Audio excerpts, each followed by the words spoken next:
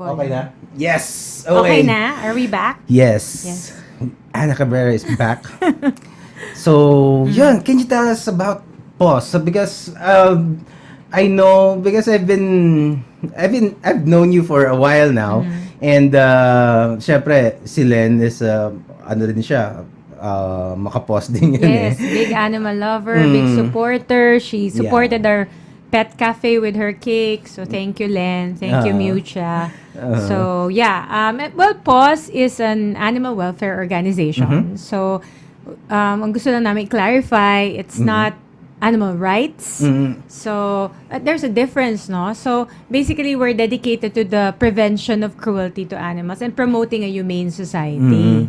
And maraming misconceptions here about animal welfare kasi people think animal welfare is about rescuing. It's only part of what we do. It's actually the minor part of animal welfare. Animal welfare is actually preventing animal cruelty. And how you do that has got to do more with education, trying to stop the bad thing from happening before it happens. Kasi cruelty is such a strong word, and minsan what people remember is like how badly the animal was hurt.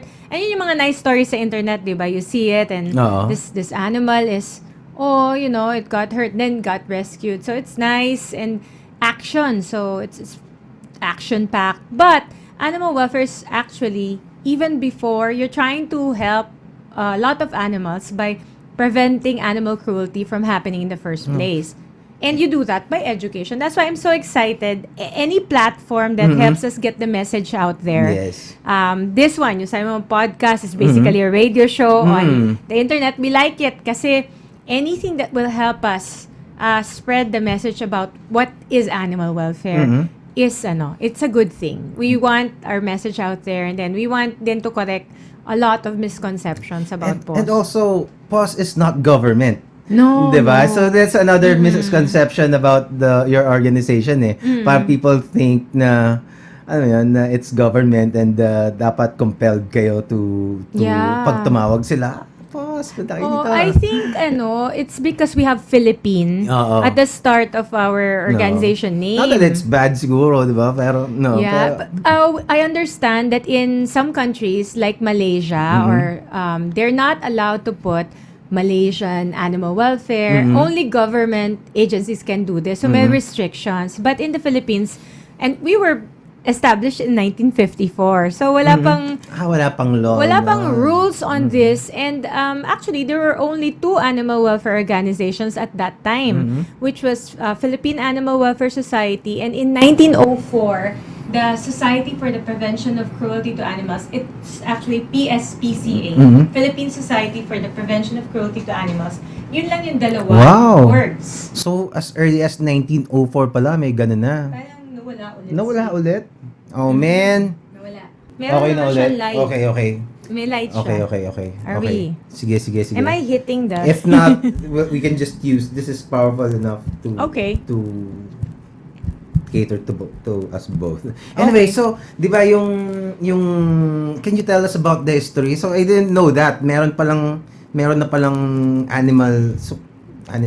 Two orgs at that time in 1954. So, PAWS is yung 1954. So, Philippine SPCA in 1904. But mostly yung SPCA Americans, when they came here, they were a group of Americans. So, for hours naman, for PAWS, Muriel J., a British woman, came here she's an educator. So, she established a group, but with Filipinos among the members. So, among the members were si Mrs. Lichauco, who is currently our president, but she's 90 years old. Wow. So 90. She's 90 and she's still sharp, and probably because she's been vegetarian for quite a long time.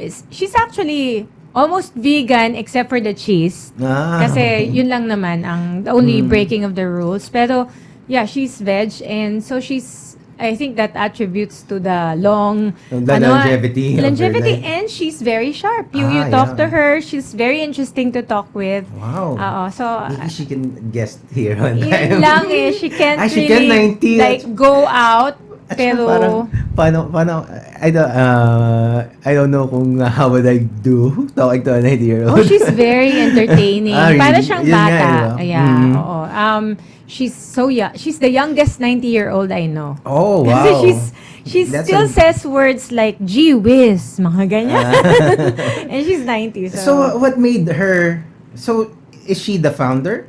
She practically the founder kasi although Muriel J, the British woman, founded the org, Oo. it was Tata, we call her Tata, Mrs. Lichaco, who worked to keep the org alive kasi shortly after founding PAWS, Muriel J left na. So, it was passed on to her. Yeah, in I Immediately, think almost. 1 year lang siya. And then Mrs. Lichauco took over and then it went into dormancy. But Tata felt na it was really important. So even in the midst of economic difficulties, meron tayo we're undergoing economic Recessions, decline, yeah. recession. Oh, it's not, we'll just Ay, share okay. the microphone. Oh, sige. Ganito na lang muna tayo. Alright. So mine's not working kahit nakaano. Dito. Kaya kayo? Pwede. Kaya? Pero naka-light siya ha. Oo nga eh. Nag-bell Naka-light ako siya.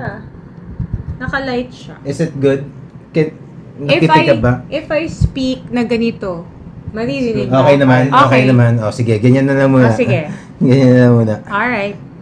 Okay. Okay. Okay. O yun, so... Okay lang.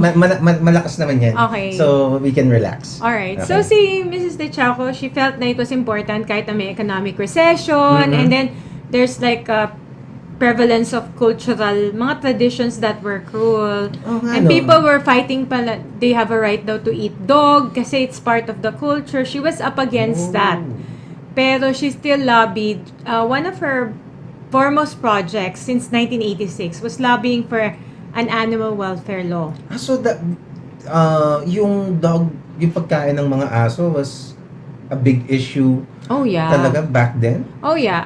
What is the culture of Filipinos about eating dogs? We were known for for being a nation of dog eaters. In fact, there's a Really? book like The Dog Eaters. But that's not the case anymore. Yeah. We're among the first in Southeast Asia to come up with an anti-cruelty law. To our credit ha. Pero nag-viral. Wala, hindi pala usong viral noon. Dati kasi there was a photographer, an American photographer who took a picture of the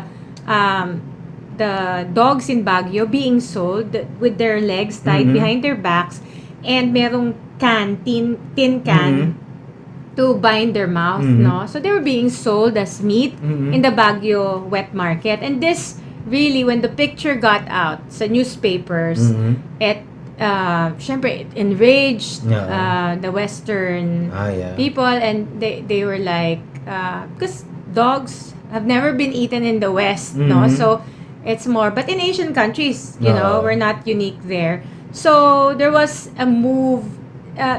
Talagang honestly, the animal welfare movement was built on an outrage against the dog meat trade. Kasi, syempre, people felt strongly about their dogs. Yeah. Up to now, it's still dog and cat, not because animal welfare doesn't care about other animals. It's because the basic feelings that we have about animals, they usually they're the stem closest, out. eh. Yeah, oo, kasi parang, where else would you get this empathy? You were growing up, you didn't grow up with pigs, no? I mean, if you lived on a farm or ganun, baka you might have empathy because of your experience with pigs. But no, we grow up and usually we have a family dog. We have a family cat. And that's how it began for me. And for many people who love animals, that's how it began for them. When I talk to them, ganun nagsisimula. Yeah. And then we progressed from there. So I guess it was something that opened doors, this outrage against the dog meat trade. And then Mrs. De Chauco used that to lobby for the Animal Welfare Act. And it gathered, there was sympathy also, but it was shut down several times kasi she started lobbying in 1986. Tapos it took her 13 years before she got any attention kasi the lawmakers were afraid na they won't get elected because Because they might be... oppose dog eating? Yeah, because parang culturally it was popular. So it took some time before pero Tata argued that yun nga, sabi nga ni Mahatma Gandhi, a nation's moral progress can be measured by the way it treats its animals. And from there, nakakuha siya ng entry point. Then, she got a lot of support from the late Senator Leticia Ramos Shahani. Okay. Kasi she, of course, Ramos Shahani being with Indian, the Indian connection, and she was also very focused on animals. She helped lobby it. And so in 1998, after 13 years of lobbying, President Fidel V. Ramos signed the Animal Welfare Act. So we were so happy kasi we thought that would be the end of all the animal cruelty, but hindi naman wait, pala. There's more. Meron palang implementation problems. Well, I think if that is rooted talaga culturally, parang it'll be, syempre we all want it to end, pero parang mahirap talaga, it's a challenge. So getting that legislation signed is a big help. So aside from that, parang, so basically you're saying PAWS is after making sure na ma-implement yung legislation na yun. Yeah. Yun. So that's aside from the rescuing and the sheltering, yun yung isa sa mga main advocacies talaga ng PAWS. We have actually 7 programs. Pero people know only of the rescue, shelter, rescue, rehabilitation, and rehoming, yung adoption na yan, is only one aspect of our work.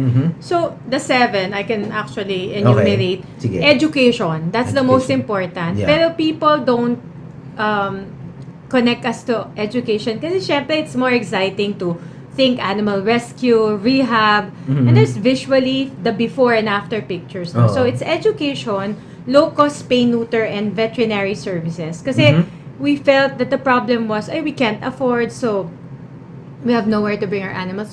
So we needed a clinic what the people can go to na they can afford. So we made it very low cost. So up to now, if you go to PAWS, even if you don't have money, even if you have only a little money, you can go there and sign actually an parang IOU or installment sheet. You can do that. So there's absolutely no excuse na wala akong pera, I can't afford this right now, because anything that you have checked at PAWS, and if you don't have money, you maybe pwedeng utang, madaling not utang. naman, like sana naman hindi zero, because we're actually giving it at low cost already. You can actually sign a promissory note, and then leave an ID, a valid government ID. We'll hold on to it until you fully pay the thing. So we do have installment payment. So education, low-cost spay, neuter, and low-cost veterinary services. Teka. Yung spay and neuter, kung hindi familiar, it's yung pagkakapon. Oh yeah, pagkakapon. That's pagkakapon ng mga tutan, mga aso, kahit adults na, di ba? Yes. At saka pusa. So, basically any pet, kahit any animal na, kahit rabbits, ganun. Diba? Yeah, companion animals. Kasi we don't want them multiplying to a point na dumami na sila. Hindi inconvenient na for you. Now you parang mapipilitan ka ng ipamigay or itapon. Diba? Kasi pet homelessness is a real problem. I think it is at the very heart of the problem of animal welfare. There are not enough homes for them. I mean, who from among the population of humans na maybe they're willing to have families, pero yun na nga, human children nga napapabayaan, you see them, and not all people can be responsible for their own children. We're talking about people na here, no? So all the more you won't have the same number of responsible humans for pets. So you have to make sure that when you get a pet, sana kapon, you have to be responsible for kapon. Ang kapon, people think kapon is for boys only. Kasi I think kapon has its roots in males, no? Pero kapon can be done for females and female cats and female dogs. And much more important for female cats and female dogs kasi, you know, these animals, dogs and cats can give birth 3 times a year. 3 to 4 times. Kasi ang gestation period ng puppy, 60 days lang eh. So, imagine if you have dog, or male, female, magme-mate yan, and then you'll have, by the end of the year, baka if they give birth 3 times, and then they have a litter of 3, immediately you'll have 9 or more. Buti kung 3 lang. Minsan, 6 yung di ba? So, kapon is really, really important, and yet, walang masyadong awareness sa kapon. If you ask an average pet owner, are you a responsible pet owner? Yes, may turok ng rabies, anti-rabies ang aso ko. And parang hanggang dun lang. Pero, we tell people, it's more than that. Kasi in the US, pag fixed ang animal mo, that's the only time that you can be considered a responsible pet owner. So, we want people to fix their pets to kapon. How literate is the Filipino public about these things, if you, by your estimate? About these things, kapon, mababa talaga ang awareness. Pero, through the years, kasi I started volunteering in PAWS in 1997. From 1997 to now, it has grown by leaps and bounds kasi I personally saw how the internet also helped us. Now there are many animal welfare groups. There are many rescue groups as a result of Facebook and then people helping each other. So in a way, malaki na rin ang awareness. But we still need, parang we're up against a mountain. So we're just going up. It's an uphill climb talaga, literally. Just making more people aware and convincing them to have their pets spayed and neutered. Kasi it's it's a surgery. So parang they hesitate. And then there's this macho thing pa that we have to fight against. Kasi parang Catholics, they're not really, they're trying to confuse it pa with religious matters. Talaga? How? We're saying na it's not. There's no connection. Kasi as human beings, we make decisions, conscious decisions. But the pets, when the sexual urge hits them, there's like no responsibility attached to it. Kasi so parang are they saying na it's the animal's right to something. So they're something trying like to that. connect it to that, but we know this isn't. I mean, animals can't plan how big their families can be. And how many puppies can I support or can I responsibly they can't. So you have to make the decision for them if you are to be a good pet owner. Ngayon ko lang narinig yun na may ganun pala. Meron. In fact, when we give the talks, may mga nagtatanong na why isn't it cruel? Parang sila pa ngayon parang kami pa yung cruel for promoting spay-neuter. So, there's a misconception also about spay-neuter. Tapos, parang, di ba, for me kasi, nung una kong narinig yung idea, parang, as a guy, parang, tatanggalin yung balls. Yeah, ganyan yung reaction, especially from guys, parang, na-emasculate sila, parang, why are you saying this? And aren't you being cruel? Pero no, it's done under let me just get this out there. It's done under general anesthesia by a licensed veterinarian.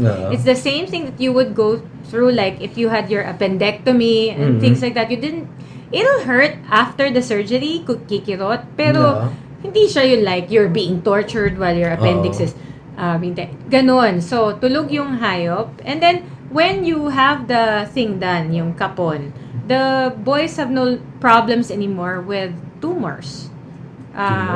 Usually mga Labradors, they have, if they are kapon at before the first estrus or first heat nila, zero occurrence daw ng tumors. Pero so that's for Labradors and Golden Retrievers kasi matumor yung mga yan. And then, if there's no chance of you getting pyometra, if you're a dog or a cat, kasi pyometra is infection of the uterus. Pero in spay surgery, it's ovariohysterectomy. So, essentially taking out the ovaries and the uterus. So, wala nang magnanana sa uterus. And if we think about it, kadalasan din naman sa atin, we get problems about our reproductive system as we age. Like, when boys hit 60, they're routinely tested for what? Prostate cancer. For us girls, we hit 40, we're like candidates na for like breast cancer, ovarian cancer. So, actually, when I see animals, I I also think na baka it will also,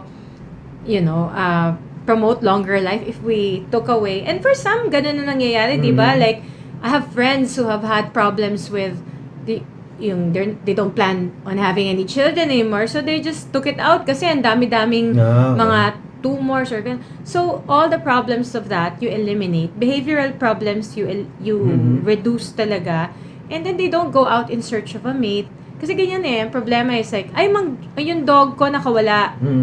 Yun na yun. Kasi naghanap ng mate. So yun. Well, we had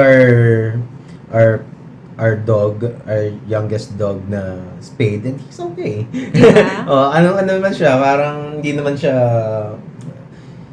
after 2 days nga lang nagtatatalon na di ba? Hindi na siya, basta he's parang walang nangyari. They live longer, they're less stressed.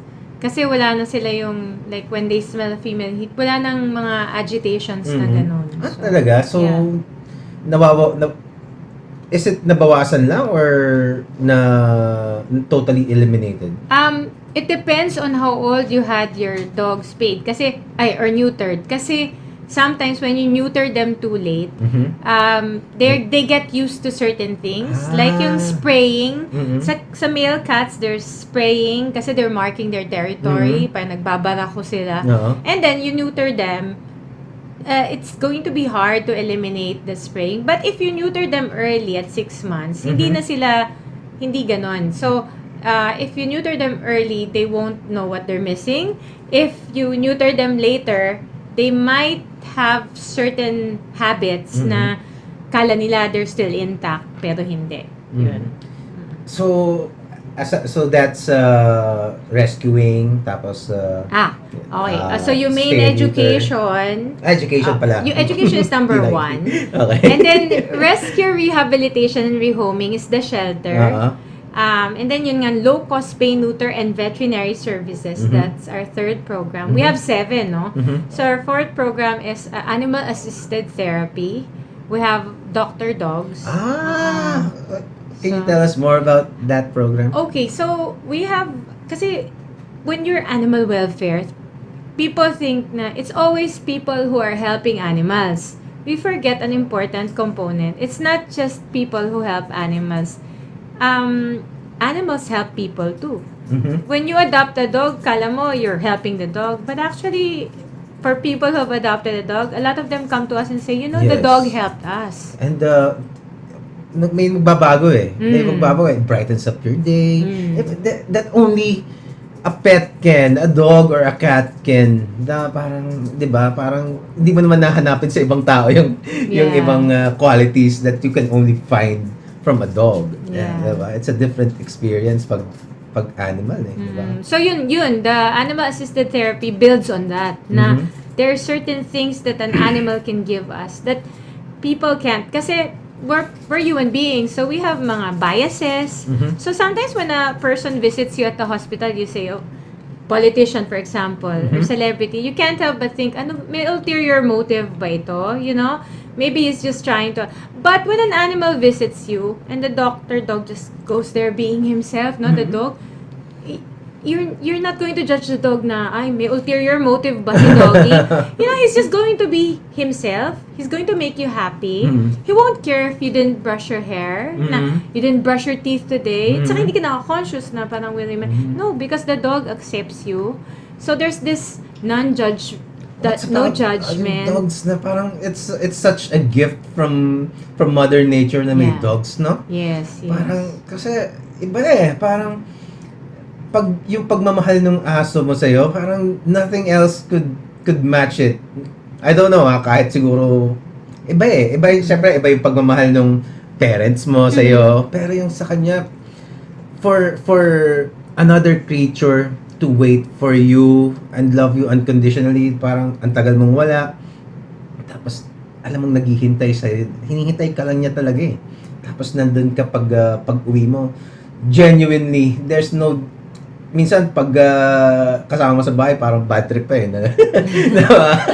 Sa kanya talagang yung excitement, and sometimes hindi disregard mo siya parang hindi mo masyadong mapapansin, pero there are times that that I really think about it. Such, parang, how could anything love me as strong as this creature does? 'Di ba? Na parang sometimes parang magiging emotional ka pa eh. Tapos and aside from that, their lives fully depend on you. That even yung pagpupo nila, kailangan ilabas mo siya ng konti, 'di ba? Or else okay, magwiwiwi siya doon or and every time that you do those things na you're gonna walk with your pet, kitang-kita mo talaga eh. Tapos pupunta siya, yung excitement nila. Tapos yung dogs ko would spin around habang kinukuha ko yung leash. Kasi pag, tara na, bye-bye. So, dala-dala ko yung leash. Minsan hindi ko pa hawak. Pupunta siya dun sa kung saan yung leash niya. Sila ni Waki. So, tapos tinuturo niya. Tapos pag nakita niya, minsan kasi kala niya maglalakad kami. Tapos tumayo lang ako. Tapos kala niya maglalakad kami, pupunta siya dun sa leash niya. Tinuturo niya dun. Hindi pa tayo. Mamaya. And they're so forgiving, di ba? Kahit na tagal mo na silang nineglect or something like, hindi mo siya pinansin. Di ba kung tao yun, tagal nang nagtampo sa'yo, na you're neglecting me, gano'n. Pero dogs, parang, they're just always adoring you. Kahit anong gawin mo, they're there. So, it's sad kasi we see a lot of cruelty minsan sa PAWS. We see a lot of neglectful pet owners. And sometimes, even when we're rescuing a dog from extreme cruelty and starvation, you know, they would still go to their abusers. Parang, they're still trying, you know, they're still wagging their tails. I've seen footage ng dog na about to be slaughtered, and he was still wagging his tail at his kasi I had a case in Caloocan about a dog killer, and they showed the video. The dog was still, you know, he was being hit in the face, and the dog was still, you know, he wasn't fighting, he wasn't shouting, he was just, and then the dog killer was interrupted for a while, so he went. The dog was still wagging his tail as he approached him again to beat him again. So parang it's very sad kasi talagang the only one who will be doing it, parang talagang hindi pwedeng human. Kasi pag human, magtatanim ka ng sama ng loob, right? I'm gonna tear up on that. Diba? So parang kami rin, it's so hard kasi these creatures are so innocent. Wala man silang ginawa, and all they ever did to humans was give and give, and yet they're always... Why do you think people are like that? Why would anyone be so cruel to... Is it parang super wala na silang tingin nila siguro? I'm just guessing, no? Maybe they're parang yung self-confidence nila are so low. Tapos, ang kaya na lang nila is the dogs. Siguro. And then, more of education. It brings us back to our number one goal. Kaya sinabing, as PAWS, what do you do? I don't say we rescue. We try to educate. Our job is more of changing the minds, hearts, and attitude. That's our primary goal. Kasi I've seen people who are cruel, and they're not they don't think of themselves as evil. They become desensitized. Like, minsan yun ang kinagisnan. So we had a case before that the dog was tied in nauulanan. And we said, why did you do that to your pet? Nasa ulan lang siya. And then he was like, we're dog lovers. But we were taught as we were growing up that the dogs stay outside. So no matter what, kaya daw nila yon. So I think, based on how we were raised, like, we'll take this further. We'll take to like farm animals na, diba? We were taught na okay lang to do certain things to certain animals, but certain animals... Kaya nila siguro yun, pero huwag mong itali, di ba? Yeah. Kung nakatali yun, siguro if you let them roam free in your backyard, tapos meron siya naman siyang masisilungan, di ba? Yeah. Pwede na matino, di ba? Pero kung if you're gonna chain him to a tree, tapos exposed to the elements, that's a different story. Pero alam mo, we lost one case kasi the person alleged, so we sued him for neglect kasi he tied the dogs outside. You know, his defense was kasi nirescue ko lang yan sa labas Actually, kung hindi ko nga kinuha yan, nasagasaan na. So, if I didn't rescue them, they would have died. Mm-hmm. So, parang, nagkakawang gawa nga ako just by giving them that, like giving them scraps and giving them, and sinabi ko, they would have been better off if you didn't rescue them. Anong gagawin ko? Sabi ko, it's not your duty to pick up stray dogs from the streets. It's the city pound who's supposed, and if you're gonna pick them up, then make sure that they're the better for it. I mean, they're better off with you. Because if they're not gonna be better off with you, if they're gonna starve, if they're going to be exposed to the elements, then better na lang to have the city pound, the animal control, get them. And kasi that's what the city pound does. They get stray dogs and then they euthanize them. So, kaya nga we advocate also, we know that this is being done for animal control. So, we want people to be responsible for their own pets. Ayaw namin nang nasa labas yung pets nyo. Kasi dati, ganyan eh. I'll have a dog, pero pawawalan ko for tayo siya sa labas. And then, balik na lang siya. And then, pakainin ko na lang siya ng mga tira-tira namin. So, parang dati yun ang standard ng Pinoys for pet keeping. And the dogs deserve better. Well, They shouldn't be ganun. Kahit nung I grew up in the province and although I've always been a dog lover and I treated my pets well. Teka, Okay. Oh, okay. Okay. Yan ang problema when you're eating. Okay. So, pero the culture there is really different pa, especially back when I was growing up. It was back in the 80s, late 80s to early 90s. Ano pa yung nagbebenta ng may mga dumadaan pa nga yung mga aso. Ayun. 'Di ba? Yung mga tapos isang jeep na tapos yung ibang mga sabi nila dinadala nga daw sa Baguio yan eh. Pero they roam around kung saan siguro, I'd assume sa mga bayan sa Laguna. Tapos kung yung isang uncle ko nagbenta ng aso eh. Oo. So yung mga sobra na. So definitely yung ibang kapitbahay namin. So they buy it for 100 pesos tapos bibigyan ka tapos dadalhin nila. So there's actually parang detachment din, no, 'di ba? Meron ding discrimination. Pag Aspin, asong Pinoy, which we used to call Askal, asong Kalye, yun yung mga type na, ibenta mo na lang. Kasi for katay or something, that was the old thinking. And then, they would buy poodles, pure breed dogs.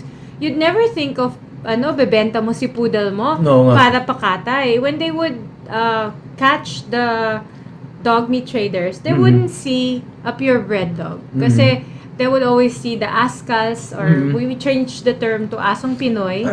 Parang mas gusto ko na nabantay na lang yung nila. Kawawa din because dati bantay was the name given to dogs kasi they were tied out. They were like 24/7 alarm systems, burglar alarm systems. Bantay yan. And then the poodle stayed at home. Kasi sa kasama mo sa bahay, kasama matulog, ganyan. Okay. Pero si Bantay nasa labas. Ayun yung Askal. This is my theory lang, no? Kasi, di ba, dogs are bred for specific purposes. Like, let's say, the Labrador Retriever. They were bred to retrieve ducks. Dun sa pag nag-hunt sila.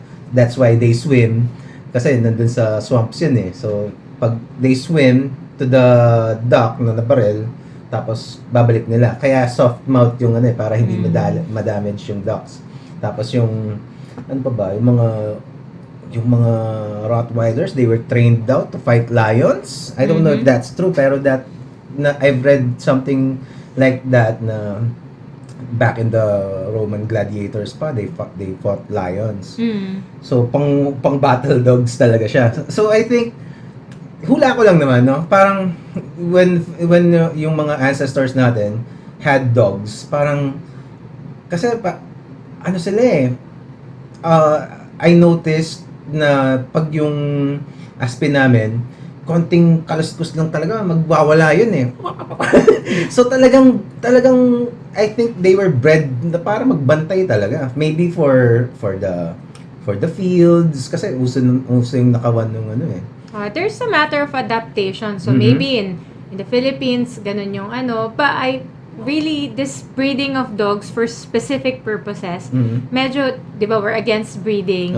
Actually, we messed up a great number of things by intervening. This intervention, we made PAWS. So, yung mga panguaso na brachycephalic. So, now they have difficulties in breeding. They have all sorts of defects because of the breeding. Our interference from the start has messed up our, not just the animals, nature, everything. So, just to suit our purposes. Pero the dog, in its purest form, that's for the sake of argument, the very first dog, I mean, he only was there and man began to see him as companion. Poprotektahan ako. Territory. As in, normal, natural instinct. Like, if an invader comes into your house or your cave, that dog will protect you. So, I think, from way back, we've abused this friendship with dogs. And also hunting companion. Yeah, and then because back then, that was our need, no? We had a need. Pero now, we messed up a lot of things just for frivolity. We want our dog shows. We want our dogs looking like a particular look. But, we don't need that. The dogs don't need that. We just need our basic, friendships. Yan din eh. Like, meron ng mga weird-looking dogs eh, di ba? Parang bakit? And then people, if you're gonna release that to the wild, parang they're not gonna survive. Ang dami ng defects. Ang dami ng defects of many breeds of dogs. And it is because of our own selfish reasons. So, kami is like, we love dogs because for themselves. So, when you go to our shelter, when people actually ask us, do you have this breed? We're like, no. I mean, but parang it's like coming into a home and parang asking you, ano ka ba? Pure, we were looking for a specific nationality or certain look. Na parang, bakit? We have to assess you first. Are you the kind of person we want to adopt our dogs out to? Ganun. How about, what do you think about, parang, I don't know, I'm ignorant about this matters. Pero, yung bang Aspen, siya, official na breed siya nung no. Can we do something about that na maging official siya, at least just to gain a little respect for them?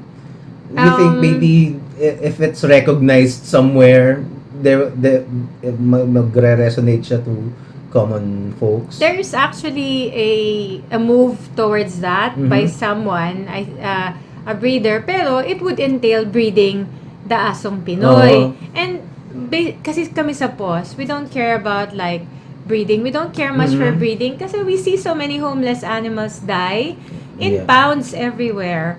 200 dogs are put to death for no other reason because excess sila. Nasa labas sila. Nobody can adopt them anymore. The city cannot fund their pakain. And so it's just unconscionable na magpapa-promote pa tayo ng any more breeding when these dogs are dying. I guess when the dying stops, when the killing stops, siguro, if we've reached the point na konti na lang the animals and then, then maybe we could support some sort of breeding. But breeding for any purpose. What I meant was not to promote, but just to parang formal name na these dogs are hindi kasi let's say yellow labrador.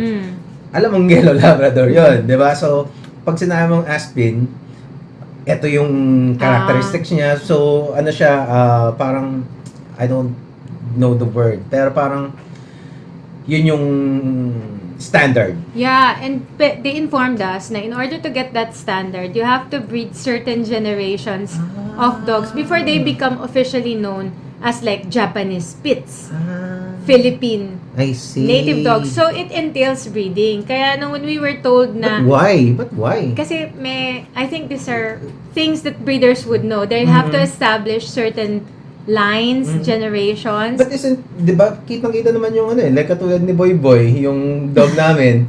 Pag lumabas ka, may mga kamukha nga siya. Yeah. Parang it's, for me, that says na, this is one breed. Kasi pag tinignan mo yung Beagle, pag nakakita ka ng beagle, pwede nga silang mag-swap na minsan. Baka hindi mo pa mapansin. They have na, these things Sa breeders, there's a science to it. So, it entailed breeding. That's why we're against. Kasi, I see. PAWS as an animal welfare org is against What if we just, breeding. wala akong pakialam Per sa se. inyo. Basta, ito yon. That's why we made the term Asong Pinoy. And Asong Pinoy is just like saying na, and if you're not purebred, doesn't make you not pure of heart. So, they should accept you for that. And parang nainis kasi kami, may mga dog shows, and then, ay, bawal Aspen, ano lang. There was the German Shepherd Club, the Shih Tzu Club, and then parang laging itchipuera yung Askal. And then we found the term Askal medyo derogatory. Medyo, oo. Kasi parang asong kalye.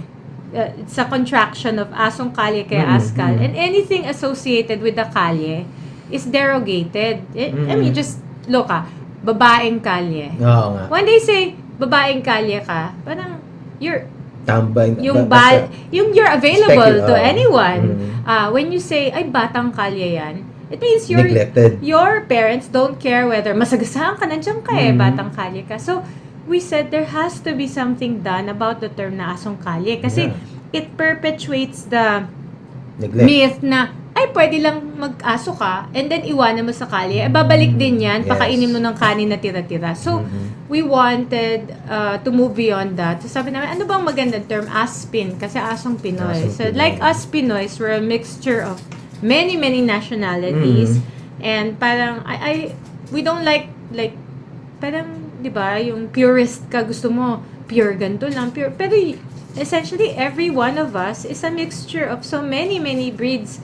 And so we should stop discriminating on the basis of breeds or, you know, where we came from. Kasi we're all, you know, we should be accepted for our qualities na. And the dog is a dog, kahit na ano pang breed niya. So, yun.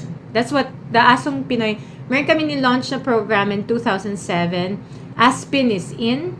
So, we wanted to highlight the beauty of the native dog. So, Heart Evangelista is one of yung celebrities namin. I think she's one of the most active, at least in the previous years. Yeah. Diba? There are many of them. Si Carla Abellana is also one. She's very supportive of yung mga efforts. So, it's nice kasi they lend their celebrity status, yung voice for the animals. And we need it kasi if you lend your celebrity voice to things like commercial things like shampoo or ganon, I think that the animals deserve this konting PR and promotion para they can also be appreciated and loved. Yun. Nice. So that's 4. Oh yeah, Ano pa? 4. So Dr. Dog is the animal assisted therapy. It aims to show that animals also help humans. So we have this specially tested dogs na they won't bite or anything. So we bring them to cancer wards to make the children feel better about themselves. So yun yung emotional upliftment. So the other programs naman is our lobbying and prosecution. We feel that laws are important kasi PAWS was the organization that lobbied for the Animal Welfare Act. We were also the organization who was the forerunner of yung pag-amend ng Animal Welfare Act kasi we saw that the fines were too low. So in 2013, bakit? Dati, ano ba yung fine ngayon? Dati, yung maximum fine for any cruelty was 5,000 only. So, kahit na mahulihan ka ng 1 truck of dog meat, 5,000 yon. Pag nag-kick ka ng dog, dapat 5,000 per dog. Yun. Diba? So, sabi namin, we need to amend. So, in 2013, we amended the law. We proposed to amend the law and then it was passed by Congress. So, naging maximum fine ngayon is 100,000 pesos. And the imprisonment is up to 2 years. 100,000. Pero it's a maximum. So, when we post on Facebook that this person only got 6 months, daming umaangal. Diba? They killed. The cat was killed. Pero, it's all dependent on the judge. The judge has the say, the final say, kung gusto nilang like a maximum or what. But I heard na most judges would not opt for imprisonment kasi ano daw, our prisons are full. So they would opt for fines. Ganun. Mm. So, di ba, one of the, I just wanna ask about this. Di ba, one of the cases recently, or maybe last year, was it's a movie? Sa Oro, yeah. Oo, yeah. In Oro, they killed the dog for the movie. And so, many of them admitted as much in their interviews. They just later retracted. We filed a criminal case, pero it was so hard because we couldn't even get a copy of the movie because of the copyright laws. Kasi if we took a copy of the movie in the movie house, then we would be camcording, di ba? And then, syempre, when we asked for a copy of the movie, all of the people we talked to said, you know, the owner of the movie is the producer whom we were trying to sue, who of course will not let us get a copy of the film. So, it was one of the many difficulties that we had. It was dismissed, but the case is still pending for motion for reconsideration. Nag-file kami with the Department of Justice. So, it's not a dead case yet. So, it's you... paano ko ba? How do I frame this? So, you got a copy. You napanood mo naman. Yes. Pero you can't use it legally. Yes. Kasi, Bakit? Diba? Kasi parang you can... What if I bought somebody buys it na, ano yun? A pirated copy? Wala bang, hindi ba siya released sa DVD? Hindi. So yun ang ginawa, yun ang move nila. Yeah, and you can't even, but of course the real It's a technicality. The real evidence would be in the raw footage. Yung talagang raw din, of course they have access to that. And maybe they have deleted it already. Maybe, but we've had many people telling us that they were part of the editing. Kasi there's a team that always so they saw the actual cruelty, but they couldn't, parang they would have to be subpoenaed, and subpoena would come later pa when the investigative hearing portion has been hurdled na. So you can't get subpoenaed at the investigative hearing level. So ang daming technicality. So well, at the very least, it's the issue had been raised, 'di ba? Na hindi pwede 'yan, 'di ba? I'm sure people took notice, the industry took notice of that case, 'di ba? Yeah. At the very least. It's weird nga kasi we've been talking about animal actors and their rights for a long time. Marami ng animal cruelty that happened before Oro, but we weren't listened to. Parang sometimes it's timing. Sabi nila, bakit sa Oro ganito? Bakit sa ganun? We don't know. Sometimes there's an issue and it gathers momentum na for no reason. Kasi we've always fought animal cruelty in media and entertainment. Laging, if there's cruelty here, we would speak up. But nobody would really pay attention. I guess in this age of Facebook, nag-take off talaga when somebody said something about Oro. It took off So it's netizens and we're sort of pleased then that this happened kasi it put a spotlight on cruelty in film and media. And we launched a campaign called Artists Against Animal Cruelty, AAAC. Na these are celebrities, directors, theater actors who would say na not for the sake of art. You can do art without hurting an animal. And also maybe they can act as sentinels na if they see on this a script that would use violence to animals unnecessarily. Well, not that there's a necessary na option. I just want to say hi to Mary B. Mary B, she's watching. Hi, Mary. Thanks, Mary B. Anyway. Saan mo nakikita yun? Dito, kaya ko siya inopen Yung tingnan ko pa kami. If you have questions that you want to ask Anna or me, just let us know, okay? And please share this podcast. Share the link Because, alam mo yun, maganda yung pinag-uusapan namin eh. Diba? People need to know about these things. Yan.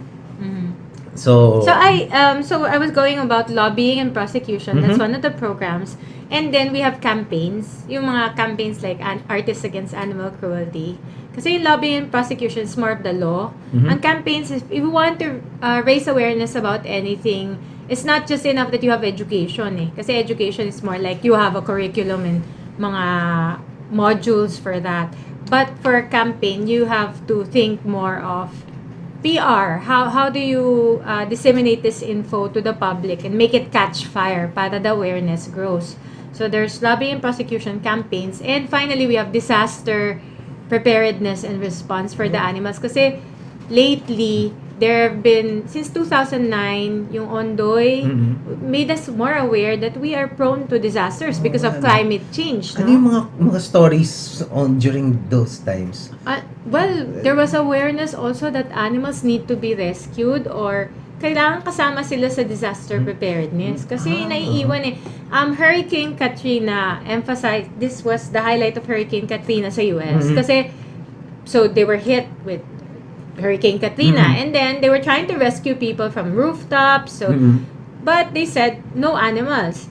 But the people didn't want to leave their roof without my dog. Now, if you're not taking my dog, I'm not leaving him here. A lot of them have an emotional attachment. Oo naman. So, as a result of that, people, instead of being rescued, they said, just leave me behind if you're not going to take my pet. So, the US, being an advanced country, now realized na if you're going to have a disaster response, you have to be prepared to take in the animals. Or if you're gonna prepare people for disaster, you have to prepare their pets also. Para kasi less mortality. Sila nga, actually, sila yung mga nagpa-usod talaga niyan eh. Yeah. So, dapat sila yung unang gumawa talaga nun. Yeah, So we can have a structure that we can follow, diba? So we have that also. We're Nice. lobbying, PAWS is lobbying for the inclusion of animals in the National Disaster Preparedness Plan.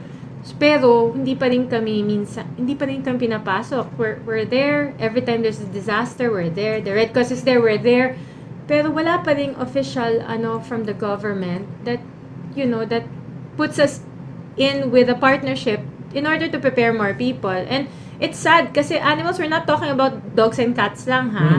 In Mayon, when it threatened, it was erupting, the farmers didn't want to leave their carabaos behind. They said, pag iniwan namin yan, para mo na rin kaming pinatay because our livelihood, that's our source of livelihood. Wala na kami, So, ganun din. If the government had prepared something to evacuate also these animals, then diba, wouldn't they have an easier time evacuating the people? So, we really, yun din ang isa sa nilalobby namin, the inclusion of animals in disaster preparedness, such as this one. Then, like, ngayon, we have typhoons, storms. We have information then to people na, please, if there's a storm, kindly make sure that your pets aren't caged. Kasi yun, nung 2009, yung Ondoy, we saw a lot of dogs who drowned because they were tied or they were in their cages. And in Ondoy, you know that in Provident Village, Marikina, the waters rose up to roof, second floor levels or beyond, dun sa mga and we saw a lot of dogs that didn't have to die if only the owners let them loose. Kasi sometimes if you can't do anything for the pet because it happens so fast, maybe the least you can do is let him fend for himself. Yeah, kasi marunong naman mag-swim. So we saw mga stray dogs that they were on rooftops, they got rescued. So I saw a photo of you. I presume that's from the Ondoy storm. Anong mga nangyari nung araw na yun? Well, there's a lot of realization from people na, we have to be better prepared to respond to disasters. That gave way to lahat ng mga LGUs ngayon, di ba? They're more equipped for disasters. So, and then we saw the other side of it kasi we're PAWS. So, we're there to respond to animals. And we didn't want to get in the way. Sino kasama mo pala nung... volunteers. Ilan kayo? We were only a handful, mga less than 10 people. And some of them, now, kasi medyo popular si Dr. Nielsen Donato, who's with TV show. It was one of our Uh. volunteers for responding to disaster. So he would go up the roof to rescue. So you rode what rubber boats talaga to get there? We didn't have rubber boats then. We have it now. Pero we hitched a ride with yung mga LGUs distributing food. Kasi we didn't want to get in the way of yung immediate rescue, yung First kasagsagan. responders, Pag first responders, it's always people. But we noticed na when humans are rescued na, a few days after, it's the animals na that are neglected. Kasi the people are starting to recover. And then it's the animals na stranded pa pala sa roof. They don't have food. So we were feeding in place. We were feeding them from the rooftops. Kasi di ba, wala nang nagte-take care of sa kanila dahil nag-evacuate yung families quite suddenly because it was an emergency. So it was mostly feeding. And then we saw, may mga heartwarming stories, like there was this dog whom we rescued. Pagbalik, after a month, the owner went looking for the dog all over and then saw him at our shelter.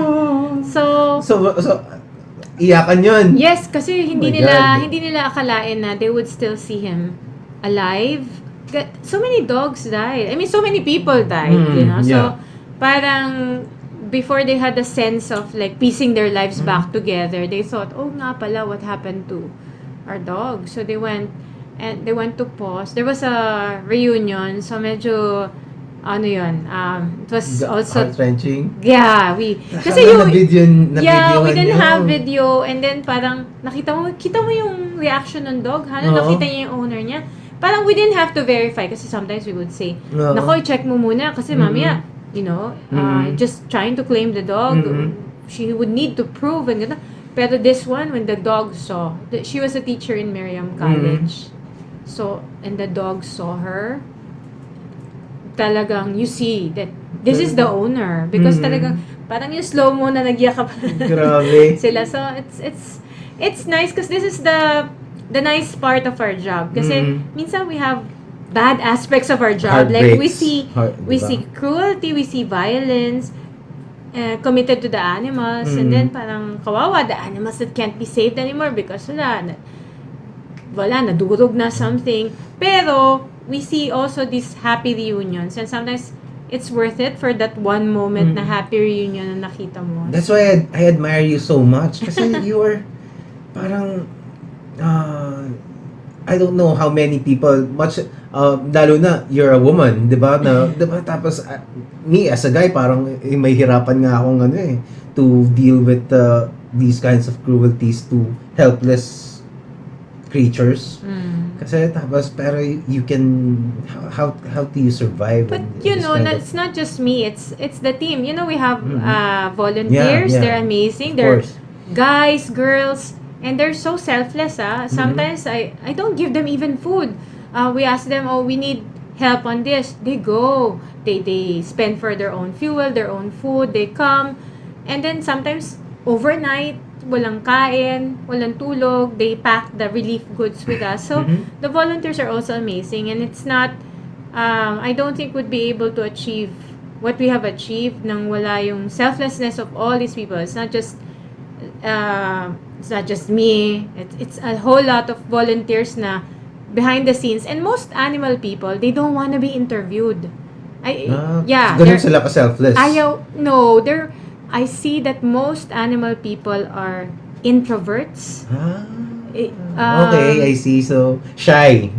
Very shy. Parang you'd have to twist their arm or like, patayin mo na lang ako, wag mo akong iharap sa Camera. TV. So, I guess I've just been chosen kasi parang maybe ako lang yung makapalang mukha na can go and speak up. Pero there are a lot of people who's responsible for the good work, but they just don't want to be recognized. So, yun. So, well, you can recognize them now. Yeah. Diba? There are a lot of them. There's too many to mention. Pero our amazing volunteers, parang, I would like to thank them. Thank you. Thank you.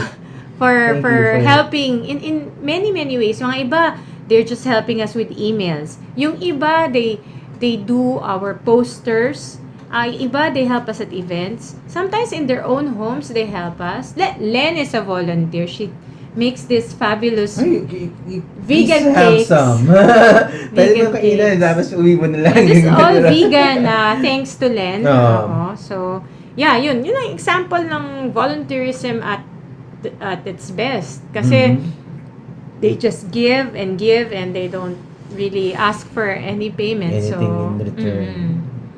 Kaya may I feel nga that the way God made it, na parang, sometimes there's so much evil, na parang, how can a human being possibly be a human being na who committed this type of cruelty? Minsan, there's terrible cruelty that happened. And I said, this can't possibly be human. Parang, Oo nga, no? parang... Maybe it's a psychological thing then. Yeah, so diba? you and yet on the other side of the coin, there's like people who are capable of giving. They've given so much, they will continue to give. So sabi ko, it's amazing, no? So the way God made it na you're not to make you're about to lose hope that humans are this. And then another human comes up and okay, so she's To the balance things out. parang foil dito sa So Well, siguro, kasi, well, definitely humans are capable of really horrible things. Na mga unimaginably cruel, and, di ba, basta horrible. Not just to animals, even to other humans, di ba? So, yung iba siguro merong lang talaga, siguro maybe there's I don't know kung sakap niyo pa yung mga psychological aspects about animal awareness. Maybe, but I believe we can change people's attitudes. Kasi it's just a matter of an idea, parang having its time. Kasi dati, di ba, we used to treat women very badly. I think some of us still do. Pero we've progressed, diba? So I think there's no way but up for animal welfare. It'll get better. And when I see young people now, the way they talk, they're so open and kita nila sa Facebook. It's just, I feel na, we are going to do so much more for the animals in the future. Kasi we have a lot of good people like standing up for the animals. Speak of Facebook. So, often, alam mo yun, it's way too often that we see posts na mga na-abuse na animals, tapos they just hashtag, itatag kayo, PAWS, blah, blah, blah, blah, blah. So, ang dami. So, what would you say to those people to properly inform them on what to do pag may ganun? I guess we start by saying that animal cruelty is a crime. So, being a crime, what would you do if it were any other crime? Like, you see a person getting robbed. Do you tag? Like VACC for... Like, you don't do that. The first thing you should do when you see a crime, witness a crime, is to call the police, law enforcement. Yeah, you are not definitely the police. We are not law enforcement. We're not even a government agency. We're an NGO. And if implementation talaga, it's the Bureau of Animal Industry. That's the government agency that's tasked to implement the Animal Welfare Act. But they also don't have police power. So, anything they do, they have to coordinate pa rin with law enforcement. So, please call the police or na-videohan na pala. But the first thing they do is upload it on Facebook. Oo nga Sometimes parang you think gusto lang magpaano Oh, hindi. It's just posturing I or don't, whatever. I don't begrudge people na. If you wanna post it on Facebook, fine. Pero can you please make sure na before you post it on Facebook, you've given it to the police muna. Because the police need it more than Facebook does. And the police need it more than... Kasi I feel people like the share, number of shares, the number of likes. And sure, awareness is good. Pero make sure that the law enforcers get the information first. Especially if you're just gonna share it, pero you're not gonna be willing to testify. Ayun ang problema. Kasi, I don't know if people know na in court, an evidence cannot be admitted if there's no source of the evidence. Example, you got it from someone. So, the defense for the person who's being accused is going to ask, where did that video come from? Kasi now it's so easy to manipulate videos. You can actually make one up. You can make one na, kunwari, put me at the scene of the crime. It's so easy now. You can do that. So, iko-question yung ng video mo. And then, ang masasagot lang, wala, we got it from somewhere, but no, you can't be anonymous, you can't be I think the only way you can put in a video as evidence is if it's a CCTV footage from a camera ng LGU, like what happened in Pasay, cat killers. Oh, yeah. Kasi that was CCTV, and then the barangay officials testified, they certified this is an actual clip from a CCTV we got between nung street A and street B. And we have identified the following kasi barangay sila, so kilala nila yung mga nasa video. So I think that was the only time that we had random video na wasn't taken by anyone admitted into evidence. Wow, if you, yun pa lang. Yun pa lang. Kasi if you take a video and post it on Facebook, you have to be able to be in court to say na, I took this video with my iPhone or my Samsung whatever. You have to be there. Kasi nga, when the defense tries to smash like the source and there's nobody there to say na, this really it's very happened. frustrating, no? Oo. So tapos they tag you, tapos they're gonna complain na wala kayong ginagawa. yeah, pero it's not us. I mean, we're just the usual NGO that you have. Like, parang sabi ko, pag nagtapon ba ng basura, you wanna complain, ba? May nakita ko sa video, nagtapon basura, do you call like an environmental group na NGO? Parang it's us specifically for the animals. I think we've been identified now kasi by default the government is so seriously absent here, and that's not just an accusation na baseless. In all the years that the Animal Welfare Act has been in place since 1998, the Bureau of Animal Industry has not filed a single case for animal cruelty. This is the Bureau of Animal Industry, and yet PAWS has already filed dozens. So I think by sheer default, dahil wala nang ibang nagfa-file, people have gone to us and have started assuming na kami yung agency because the government was absent. So, minsan, it's a double-edged sword na you're the only one doing it, and now people have identified you as kayo na lang. You must be the agency because you're the one filing, but actually, no. Well, it's I suppose there's something good about that too. Pero, di ba? sana help na lang or donations. Kasi right now, the only ones doing are volunteer lawyers. The volunteer lawyers are not paid. So, they're not paid and they have to craft these affidavits. So, we have one volunteer lawyer right now who's overworked. I don't know if I should mention his name, but he's overworked with so many cases. Attorney Wancho, thank you so much. So, he's drafted these things, and then we have to photocopy these things. We have to print it because he sends it. And we need, for printer ink, we need transport. Like tomorrow, I have a hearing in Binangonan. So, we have to go there. Goat cruelty. Goat? Yeah. Also, diba, there are lots of people who complain that you only cater to dogs and cats. No. Diba? So, PAWS is also applied to hooves and claws. Hindi, kasi we're just waiting for a witness. So, if there's anyone, like this particular case, it was a goat, family goat.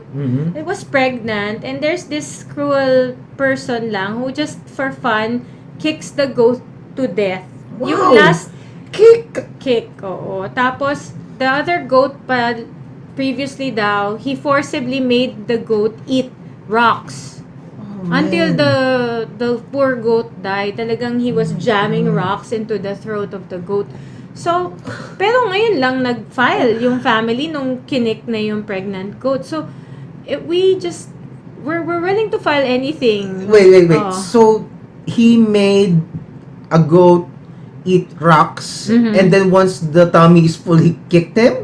No, that by making the goat eat rocks, that was a separate case. So That's a different the case. goat died there. Grabe, kala ko ganun yung trip niya eh. But the goat which died nung una, they didn't file a case. So, repeat offender nga Oh my God. I'm telling people, if you don't file a case now, it's gonna escalate. It's gonna be your next goat, your next dog. Mamaya, yung bahay nyo na pinapasok nyo, and kayo na ang sinasaktan.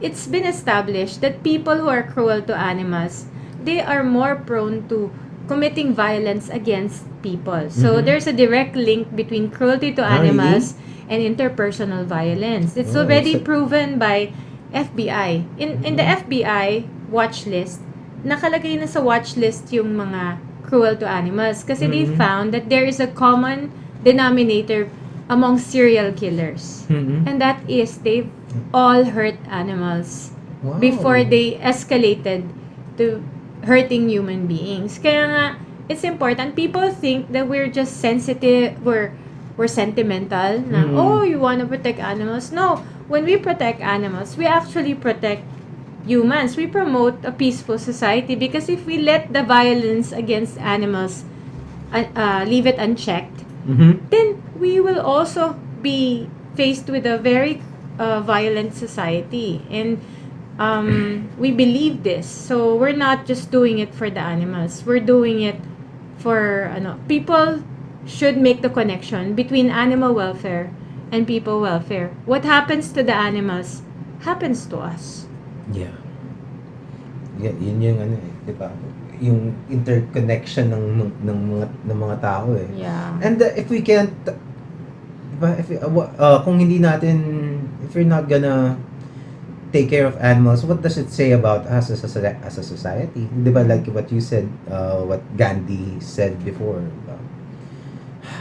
Mabigat ba? Sorry. Hindi, it's okay. It's okay. I'm sure you have clarified a lot of things about, well, number one, your organization, and also about how to treat animals, di ba? Kasi yun nga parang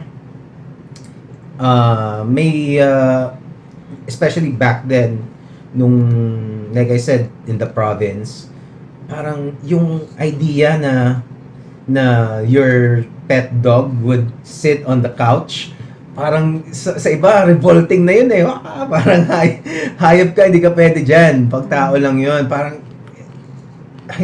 there are still people who cannot consider their pets as family. Pero I don't get naman, if you're not gonna consider a pet part of your family, what are they? Diba? Reminds me of the time we were trying to raise funds for PAWS way back. So we were baking dog biscuits. And the dog biscuit ingredients were human grade. Ibig sabihin, what we would use for humans, we were also using. And then we didn't have a big oven. So we requested the bakery to bake them for us. But when the bakery learned na it was going to be for dogs, they refused to let us use their oven kasi for humans lang daw sila. And parang what was up with that? Ang malinis naman yung ingredients. We didn't like hindi nila gets, no? So kawawa din. I mean, we're up against a lot of and even cremation. There's an issue also, like there was a person who wanted his pet cremated, but they wouldn't have the pet cremated in the same plate as the humans, which I can't understand kasi parang they're just bodies. They're like they're not, I don't know, but my belief is that they're not there. I mean, they're bodies, and there's leftover material of this earth, and it's fire. It's probably the most sanitized place when it's incinerating, di ba? Parang yun? I guess they feel na they defile daw the human whatever bodies because memory of, I don't know, basta there's this discrimination against animals that I can't understand. We shouldn't be focusing on our differences. I think we should focus on how much more we are alike. Like animals feel. I actually got asked that question when we were lobbying for the amendment of the Animal Welfare Act. Senator asked me, pero Ms. Cabrera, can you answer just one question? And I thought it was going to be a difficult question. I was prepared for every other question for the amendment. But then he said, do animals feel? And What? And then for like 10 seconds, I was floored. I couldn't find the words because I was prepared for the difficult ones. And if the lawmaker didn't grasp the idea that animals can feel or are sentient, Maybe he's just asking to have it on record. I don't Hopefully. know. I don't know. Pero I was very confused. Perplexed. And then I managed to blurt out an answer. It's on record, nakalagay. I said, yeah, I've seen that when animals are adopted, they're happy. I've also seen animals that are hurt and they cry. So they do have feelings.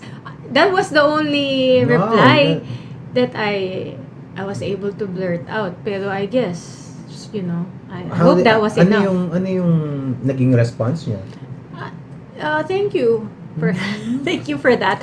Pero that's a good answer. Diba? So if pag in-adopt ka as something, basically, essentially, you're telling them na if something good is done to you, just like a person, he would feel good, diba? And kung if you harm another sentient being, you're gonna feel pain. Yun nga sentience, that's the crux of the matter. Talagang any anti-cruelty law is based on the assumption that you're giving these animals protection from being hurt. Kasi you recognize that they're also hurting. They're similar to us. They're not like... Kasi there are people who have this perception na, ay, animals yan, hindi yan. Like the one who tied the dog sa labas umulan. Hindi, okay yun. Hindi nila nafe-feel yan. Hindi katulad ng tao. Iba daw pag umuulan. So I guess there's also that with, yun nga, farm animals. They say, oh, iba kasi,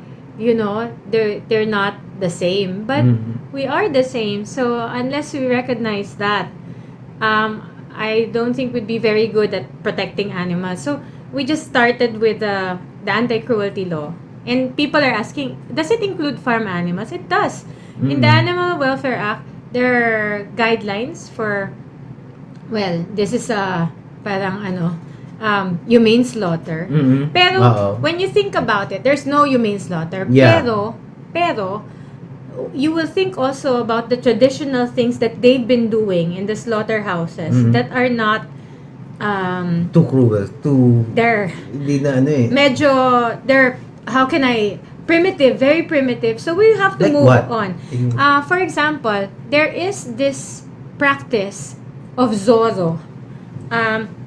In order to mark pigs as my property, for example, I'm a farmer, I would put A on the pig. So, kasi it will be too much of a hassle. Like, there's no label that will stick. So, I would rather hurt that with cut. And so, minsan ang dami because there's like many farms na pinanggalingan nung pig. So, they would AZ, ganun. And the animals are bleeding, nag-aano ng infection. Now, it's Zorro under the Animal Welfare Act and in cooperation with the National Meat Inspection Service, we said Zorro is no longer allowed. So, yung mga ganon na simple things that we've done to better them. So, at least now, the animals are still slaughtered. But, wala na yung Zorro. Flooding is one of those things that they do to animals before na hindi yun outlawed before. Flooding is when you put water excessively sa mga pigs, cows, in order to make them heavier. So, yung mga nagbebenta ng cows, they would flood the animals with too much water, so much water that sometimes you see the water coming out, and the animal is, nakikita mo, hirap na hirap. Oh my God.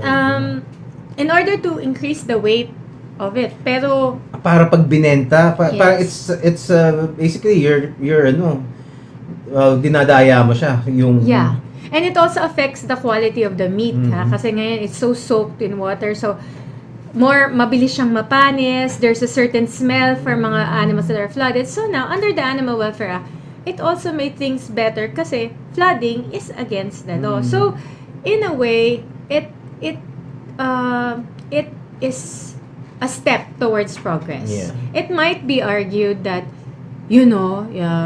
like, let's just not all eat meat, which, of course, I agree, no? Pero, since we can't change these things overnight, instantly, yeah. it's the animal welfare movement that tries to make things better in the meanwhile. Like right now. Kasi you can't go to the table of government officials and say na, go vegan, all of you. Na parang, you're just going to get thrown out of when you're like meeting with industry people. So you have to sit down and you actually have to listen to the industry. Yeah, and then try to find some way na you can make things a little bit better. So parang get your foot in the door, move an inch, then another inch, then probably in the future, di ba? Kasi ako, I don't eat meat, but I'm not going to be at the negotiating table, and push for that with like a big farmer and So these are the things that animal welfare does na hindi people are not aware. People say, "Oh, you have no right to be fighting for the animals when you're still, talking to the big farmers." But a lot of good has been done by talking to the ones that actually use animals for the industry. You're trying to change their mindset. So, maganda din. Okay, so I just want to say hi to the people who are watching. Please share this live stream. As you can see, we're talking about a great topic here, which I think a lot of people needs to see. So please do share. Just like this video so that the Facebook's algorithm would prefer it, paging okay siya doon, and more people would see it. So please help Anna's cause and our animal friends is welfare. Yes. Yun. So grabe. Well, we can go to a lighter topic. We have Sige. our doctor dogs at Vertis. Ayun. That's a interesting topic. Yung mga doctor dogs. I'm sure a lot of people aren't even aware that that kind of service is being done here. Diba? Kasi I'm sure many people have seen let's say sa TV na sa US ginagawa yan, 'di ba? So, pero meron din dito. So, and they're there at Vertis North at the mall right now. They're trying to give people a sample of what it's like na love is the best medicine. So they're there. May parang pop-up pet cafe that we put up. And every time you go in, you get a sample of I saw that therapy. installation. We were there a couple of weeks ago eh. Kala ko nga nandun ka eh. And it raises funds for PAWS. So all the proceeds of that goes to us. Who trains the dogs? Sino yung nagte-train ng mga An doctor amazing detail about doctor dogs. They're not trained. We don't want a trained attitude. Kasi you can train actually for a dog not to bite. Pero when we test the doctor dogs for temperament, we want it yun yung natural niya. So when we test the doctor dogs, we pull. We do everything that that might annoy the dog. Yung actually hindi siya tamang handling. These are things that when you do it to a dog, to a regular dog, the dog will bite because parang it's your fault Ginanon yung mukha, di ba? Yung pull the tail while it's eating or what, startle the dog with something, suddenly poke the mouth or pull the hind leg, which is very sensitive, touch the genitals, it's very they're going to go crazy. An average dog, if it bites you under those circumstances, the dog would be perfectly in the right to bite you. It's your fault. Pero the doctor dogs are a different breed in a sense na even if you do these things to them, they're more tolerant. They don't. The worst thing that a doctor dog can do to you is move away na lang. Move away because he's not going to growl, he's not gonna bare his teeth, he's not even going to work. He's just going to move away from you. So, yung mga doctor dogs namin, tested yan. So, I think that's why the malls like them so much. Kasi they're very, safe. So there's no chance of the dogs like biting or ano. Are they similar to therapy dogs daw? Oh, they are therapy dogs. They are actually, diba? Pero they're in the Philippines, they don't get a chance to be therapy dogs kasi yung animal assisted therapy has to be done on a regular basis in hospitals to see that there's an effect on the patient. But since there's so many restrictions in hospitals, we aren't able to show that much about their effect. So, nagiging animal assisted activity na lang siya. Kasi if you're not able to do it regularly, it can't be called AAT or animal assisted therapy. It will only be an AAA, which is animal assisted activity. So pag let's say who avails this kind of service? Let's say nasa bahay ka, you can't go out, may mga ganun ba? More of institutions. We're actually with the Philippine so home for the aged, mga ganun. Home for the aged, cancer wards of pediatric. We're regular at the National Children's Hospital and sa PCMC, Philippine Children's Medical Center. We're always there. Tapos we have a recent tie-up with Medical City with the psychiatric ward. So these doctor dogs, they're privately owned dogs. Yes, they are. So they just basically they're volunteers. Yes. The owners and the dogs are volunteers. Yes. So what if, let's say you're a patient, tapos you prefer one dog.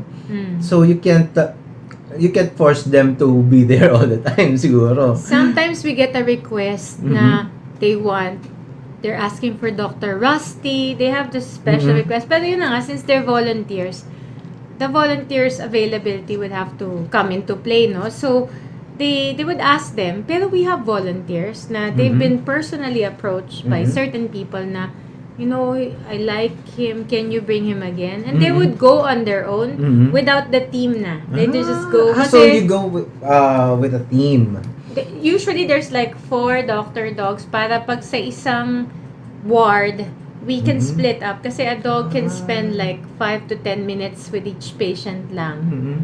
And then we can go room to room. Problema sa some hospitals, they have several restrictions like pag medyo sila about For disease, fur, or whatever. I think some of them still have this dirty ang dogs, which is absolutely that's false. my next question, yeah. Absolutely false because our doctor dogs are cleaner than some of the people I know. And they sleep with their owners. They're very well cared for. So wala talagang we're actually afraid of what the people can give to the dogs. Minsan sa hospitals actually. yeah.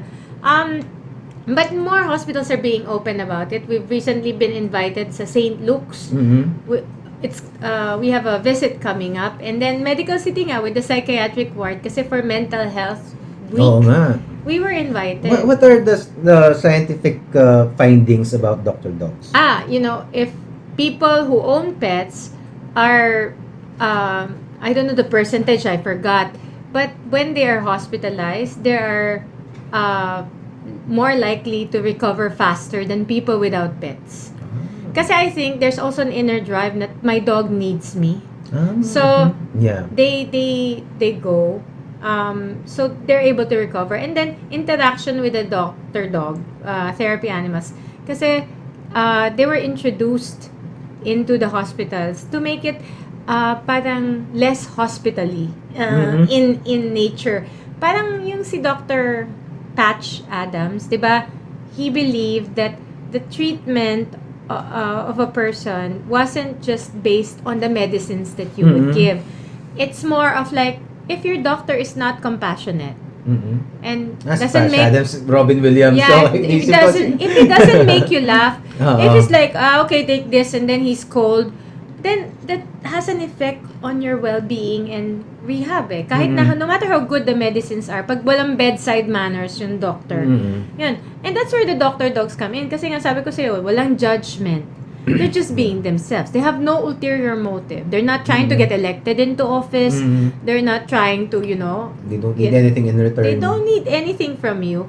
So, the patients are more relaxed. And so they have feelings of well-being.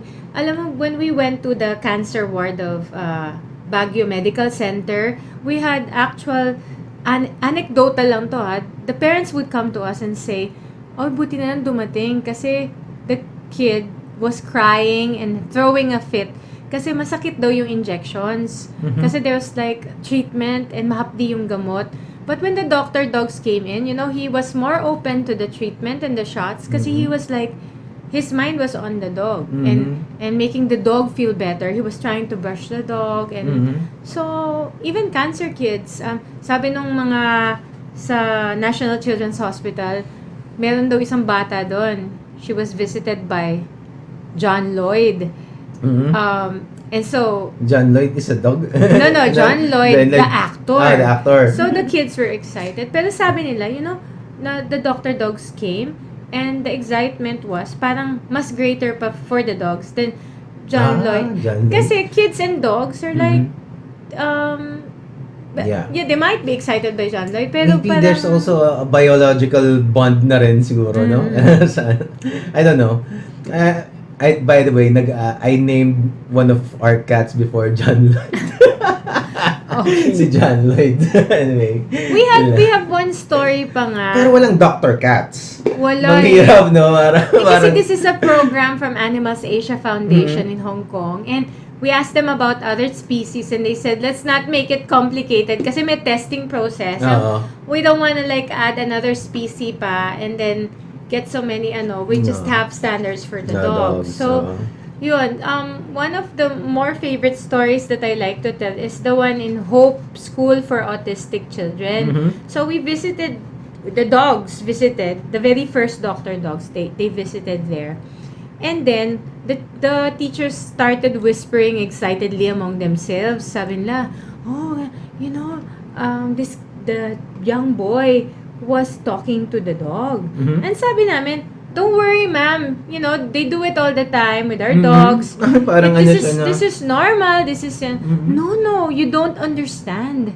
That child hasn't spoken a word to anyone since the start of the school year. And these were yung experts for special education teachers. They said we weren't able to break through. We're trying. This child was just rocking himself. Parang autism. So may mga levels. So they weren't but getting. He can talk. No, he wasn't talking. He wasn't talking to the teachers, to anyone. And then on that day that the doctor dogs visited, he was talking to the dog. So the teachers were like, "Oh my ano daw God!" sinasabi? Telling stories to the dog like a normal child. So they said, "This is a breakthrough." Sabi ko, sa totoo po ba yan? Yeah. He hasn't spoken a word. So they were they were so excited. So after that, the teachers figured that I think an animal would be good for the boy. And they convinced actually the mother to get a dog. And the progress of his rehabilitation moved forward very fast from that time on because of our doctor dogs. So, if anyone ever doubts pa the effectivity of doctor dogs, so I always Never tell had a them, dog. I always tell them that story, and I tell them, I don't need the actual studies to show me that the doctor dog program works. Kasi we enter the room, we don't do anything, the dogs just come in, and the dogs do all the work. The children's faces light up. So bright, na parang, how can you deny that something's happening in this room? Yeah. Na we don't have anything to do with it because the dogs just came in. And then the kids are like, they're happy, they're feeling better already. No? Even every time I have a new guest na mag-enter dito, kasi we're inviting people pero when they see Waki, diba? So, Waki is really cute. But that's one thing though. Pero pag nakita nila parang kahit minsan parang nawala pa sila papunta. Iba parang kaya maganda dyan siya kasi parang it lightens up the mood instantly, yung pag-lighten up ng mood ng mga guests pagdating dito. So yun, it's a doctor dog. Yeah. So we're happy about the program. This Doctor Dog program is the best part of our work. Kasi Pumupunta ka doon para mag-distress. yeah, it's amazing kasi for once, it's the animals that give back naman. Diba? Parang, you don't, that's one thing kasi sa one way work of namin, looking at it. parang, we're always helping them, so we're confronted with depressing scenes. But now here, it's the animals, they're just giving back. And it's it's it gives them not a reason that kaya mo siya kailangan, di ba? Kailangan parang it's another reason for you to help them out. Kasi these are essentially miracle workers sometimes. It is the brainchild of si Jill Robinson of Animals Asia Foundation. This foundation works in China. And you know, China naman with many cruelties also. Yeah. They're trying to promote humane treatment of animals. But Jill saw that Dr. Dog can be a powerful tool. Kasi if they see that the animals are helping, then all the more reason for you not to hurt them and to protect them. So, we are fighting evil with good. Parang, show them the good so that they will stand up for the animals. So, maybe you should create a Facebook page na wherein you don't need to update it. Yung mga parents na lang ng mga patients nyong mag-post doon, 'di ba? So that people will see naman na that like that's another point that actually ngayon ko lang naisip that this is a chance for animals to give back. We don't really realize that often Parang this is kasi they're animals, hindi man sila marunong magsalita. Pero look, we can be a part of society, a helpful part of society. Parang it gives them a voice. They're big part of us. Yun lang sa service animals, the bomb sniffing dogs. Yeah, those. And there's also a lot of cruelty in that industry, pero let's not go there. If you want to, but yun na nga, the dogs render a big service to us. Pero yun na nga, we're not. It's the dogs are a microcosm of the whole animal kingdom. Parang, kasi they're the closest to us. Pero we have to appreciate animals for themselves. Na we should, we should have a duty towards them to prevent suffering. Yeah. Definitely. Tsaka iba yung bond talaga ng humans sa dogs no?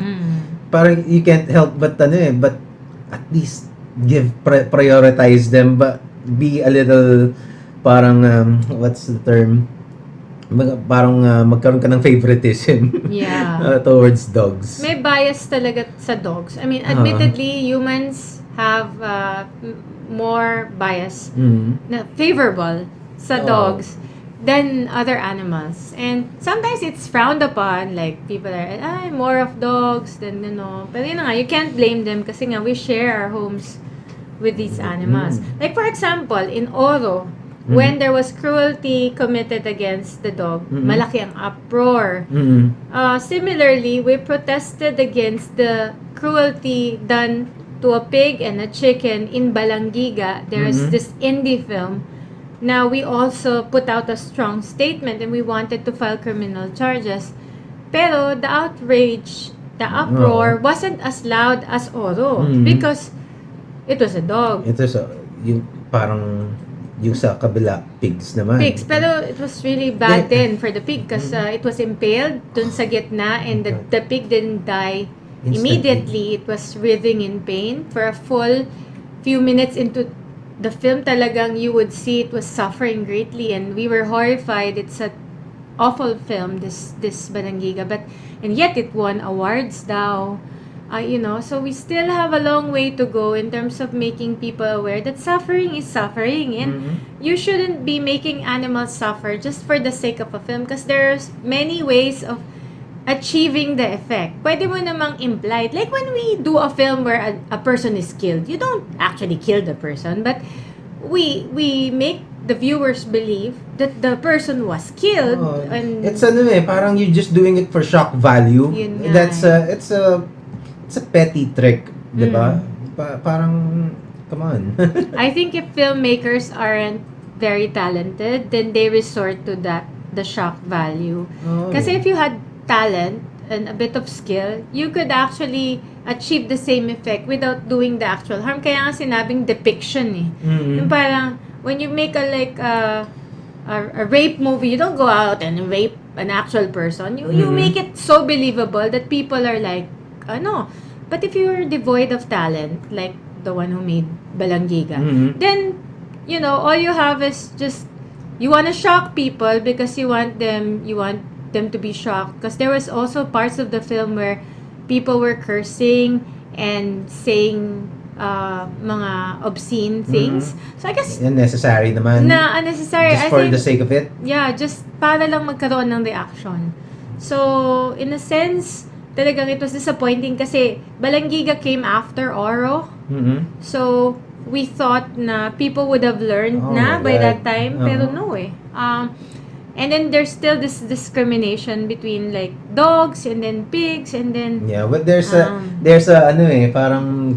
parang humans have decided the hierarchy of animals na at the top of nung hierarchy na yun are dogs and then cats and then the pets. Tapos, talaga? Cats are second? I'm a cat person. Cats will dominate the world. So number one sa'yo, cat. Yeah. So let's talk about cats naman. Okay. What else? What have you learned about cats as on your perspective? I was dragged into animal welfare because of cats, Okay. not of dogs. I am the only officer in PAWS that doesn't have a dog. I have cats. Okay. I have 12 cats. All of them are rescued. Unique rescues. Nobody gave birth to either one of my cats. So they're all unique rescues. Some of them, and then on top of the 12, I have fostered cats pa for the shelter. Kaya ako na into animal welfare was I grew up in Sampaloc area. And in Sampaloc there's a notorious practice of, and I think some areas also, people throwing away unweaned kittens. Parang nanganak na ulit yung pusa. So tapos so my sister and I, we were picking up these kittens, bottle feeding them, we're rescuing them from the streets. And I felt talaga, I said, there has to be something. Why aren't people doing anything? This is unacceptable. I can't accept that if you don't like another cat, you just throw it away because this is a living creature. So, yun. And then from there... also causes more problems Yeah. Diba? Kasi, and at that time, I wasn't even aware because I was young and there was no also concept of kapon, spay, neuter. So, when I grew older, I swore to myself I would do something to improve the welfare of these animals, particularly cats. So, I tried searching for a group. I met up with Mrs. Lichauco. And that's where it went from there. So, we were just a small group then, meeting sa kitchen ni Mrs. Lichauco. We're just a group of 5 or 6 people. And so, we started planning the shelter, the campaigns, the lobbying for the Animal Welfare Act. And then, it became PAWS. And so we might have achieved a bit, but when you look back na how we started, we would never have imagined na we would get this far. Because we had no money. We had we were meeting in at our president's house, in her kitchen. And we had a passbook, and we started out with funding from the International Fund from Animal Welfare. Meron ng seed money doon. And we didn't know the first thing about how did you get your headquarters? Which is located in Aurora Boulevard, Katipunan Valley, very near Ateneo. But along Aurora sa may Boulevard side. flyover doon, diba? That land is owned by Meralco. Mrs. Lichauco was friends with Don Manolo Lopez of Mhm. Meralco. And so she approached him for a piece of land na they're not using Oo. or they were using it but there had high tension wire so hindi Oo. pwede yung residential doon. So he Okay. said, use it for the animals. So we were allowed to use it. So that's where it all began. We built only a few structures. We were thinking we would only have 20 dogs Mhm. and 50 cats. Now we have 272 cats and 74 dogs at the shelter. Mhm. And we never built the shelter to rescue strays. That's not the purpose of the shelter. The Okay. shelter was built in order to show people that you can also do your own rescuing and transforming the animals. Kasi dati, we were under so much pressure to adopt out our dogs. Yeah. Kahit na, halimbawa, we just rescued one, Mhm. it was pangit pa and we were in a Oo hurry. nga, di ba? We were in a hurry to get it out of the vet clinic kasi we had no more money. There was a lot of charging going on dun sa clinic. Mhm. We wanted to, so we would take them home and we would notice that we were the only ones adopting our own Mhm. rescues. So we said we need a bit more time. We need a place where we can put the rescues and then make them grow into beautiful animals and then we have to adopt them out when they're beautiful, not yung pressure the people na adopt them na kasi ang taas na ng bill namin. So parang awa adoption. We don't want awa adoptions kasi our first shelter manager, si Oscar Lay, got a grant to intern at a US shelter.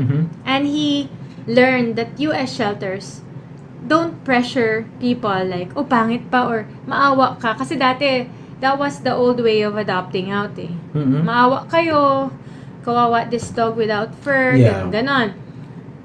He said, they have pride in these animals. They never show them as broken, second-hand animals. They actually say, we're at par with your pet store animals. These animals are not damaged. Parang there's a pride, the sort of pride and a marketing that we did. And sabi namin, we want that. We want na something na not out of pity. Not a pity adoption. Not a pressure adoption na, please adopt now or else the dog will be put down. We didn't want that. We wanted them to be appreciated for themselves na they're beautiful animals. And then we wanted the shelter to be a center for education na whenever people come, we would tell them, look, spay, neuter, look at these animals, we got him this way and now he's this way. So it's more of education. Pero people, when they began to see the shelter of PAWS, it began to get featured on TV. Ang nakuhang takeaway ng mga tao is like, that's where we bring our animals to abandon them. Na, parang that was not the message. Parang, how often do you get these baskets ng kittens, na boxes? Ano ba, do they literally leave them at the gate? May mga ganun ba? Meron. Diba? Some of them leave them at the gate. And it's sad kasi kasi the gate is near the highway. So the kittens crawl into the highway. The morning when we see them, nasagasaan na. And then some of them we've seen on our CCTV kasi we have CCTV now. They throw the animal over the fence. And the animals end up na nabalian pa because they're like trying to throw them over the fence. And we can't keep accepting animals kasi we also have limited space. So if we end up taking animal after animal because of each sob story or whatever, we're going to end up being cruel to the very animals that we tried to save. So we have certain policies. So ang policy namin, if they're victims of animal abuse, we will immediately take them in and file criminal charges against the animal offenders. Yun yung number one admissions. Now, secondly, if they're just stray animals na you happen to rescue, and there are many stray animals in many, many pitiful conditions. Sabi ko nga, wala akong nakitang stray na okay siya. Okay lang siya. Siyempre, either mangy, payat, or eventually, kung wala siyang problema ngayon, I know that 3 weeks from now, he's gonna be run over. Yeah. Or magkakasakit because nobody cared enough for him to get the shots. Or he will nahawa siya because there's this dog who has TVT. TVT is transmissible venereal tumor. So it's like venereal disease. Syempre, pag may venereal disease yung isang dog, nag-amoy sa kanya. So sometimes you see these dogs with bukol. So there are many strays. How do you help them? Not by rescuing them all. We put up a clinic where people can avail of free. You can get free services if they're rescues. You can get low-cost services if you are a poor pet owner. Para you don't end up like abandoning your pet. Kasi I can't afford the anymore. Yun nga yung misconception eh. Even kahit ako no, kahit nung magka-college na ako, parang the first time I went to a vet, kabado ako kasi hindi ko alam kung magkano yung I've never been in a vet clinic before. Tapos parang shit, magkano kaya ang magiging gastos ko dito? Mahal? Actually, back then, hindi pa ako, I wasn't properly educated about mga sakit ng mga nagkaroon ng parvo yung puppy ko. So, it was too late eventually. Pero, when I got there, naisip ko baka mga 20k ang gastusin ko, ganun. Kasi meron kaming kapitbahay na vet dun sa village. Pero mga lang, wala pang 3k. So, sabi ko, hindi naman pala, no? Tapos, when I learned about kung magkano yung shots, then, naisip ko, shit, sayang, di ba? I could have saved the puppy kung alam ko lang. So sometimes kasi parang people are overcome with assumptions that make them feel na scared na yun nga gastos kasi a lot of people are broke. Yun. Pero yun na nga, if yun nga, prevention, di ba? It would have been cheaper to prevent the problem before. So ganun din na approach sa animal welfare. We don't want to be known as rescue because rescue is temporary. Rescue is something you do. It's unsustainable. Unsustainable talaga siya unless you're super it's important. I mean, yes. Especially for the animal in need of help, but it shouldn't be, I feel, the focus of animal welfare per se, kasi you have to have look at the bigger picture and focus on preventing. Kaya nga sinasabi ko, there are many pop-up groups on Facebook that their sole goal is to rescue this, save the animals of this pound from being euthanized, which is good. I mean, it's good work. Pero if you don't have a component of your group which is also working on educating and offering low-cost spay neuter, all your efforts, I think, would be parang how do I say it? Kulang. Kasi kasi it's like you have a bathroom that's filling up with water. And this is always the analogy that I use. Okay. It's flooding. The bathroom is flooding. So, the rescuing is your tabo, your water dipper. So, you're trying to lessen the level of the water by making salok, palabas yung tubig. The water dipper can also be adoptions. You may be able to adopt some, but not all of those in need. So, you're able to decrease the level of the water, the rising water. But the water will continue to rise if you don't turn off the faucet with running water. So, what is turning off the faucet? Turning off the faucet is education. Turning off the faucet is low-cost spay neuter. And with those tools, and then campaigns. Kasi campaign is massive information dissemination. Lobbying and prosecution. You lobby for laws because it's a good tool. If you see someone breaking the law, you shouldn't be just rescuing the animal because this guy is beating up the animal. You file criminal charges against the person beating up the animal para it sends out the message na, you can't be cruel to animals and not face any consequence. So that's where you turn off the faucet. So kami, we want na, sige, we're doing the water dipper adoption, sure. But we can't adopt our way out of the animal cruelty problem. Yes. We cannot rescue our way out of the massive problem on the way animals are treated. We have to turn off the faucet by investing in education, low-cost spay neuter, lobbying and campaigns, and generally prosecuting animal offenders. Mhm. If we don't do a combination of all that, and if you're just doing rescue, I think yun ang problem with animal welfare today. Animal rescue is equated with animal welfare.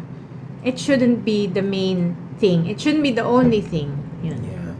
It shouldn't be the face siguro. Yeah. Maybe maybe that's one thing that you can work on, parang to change the face ng PAWS as an animal rescue.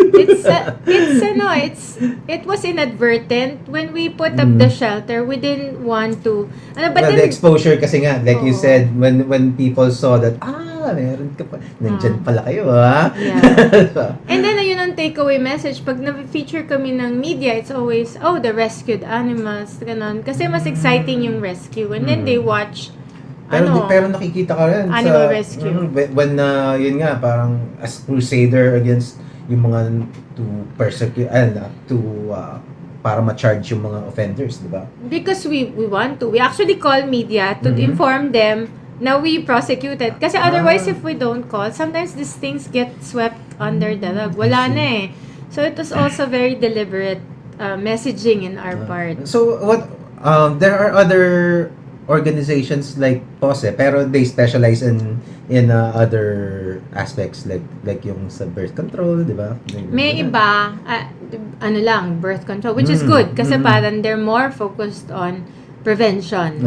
Like they're not even going to do the other things, just trying to offer kapon. And it's good kasi nobody offers kapon. Even the local government is just libreng vaccine, bakuna, which is nothing. Kasi if the animals keep growing in population, wala. You can vaccinate everyone by next year.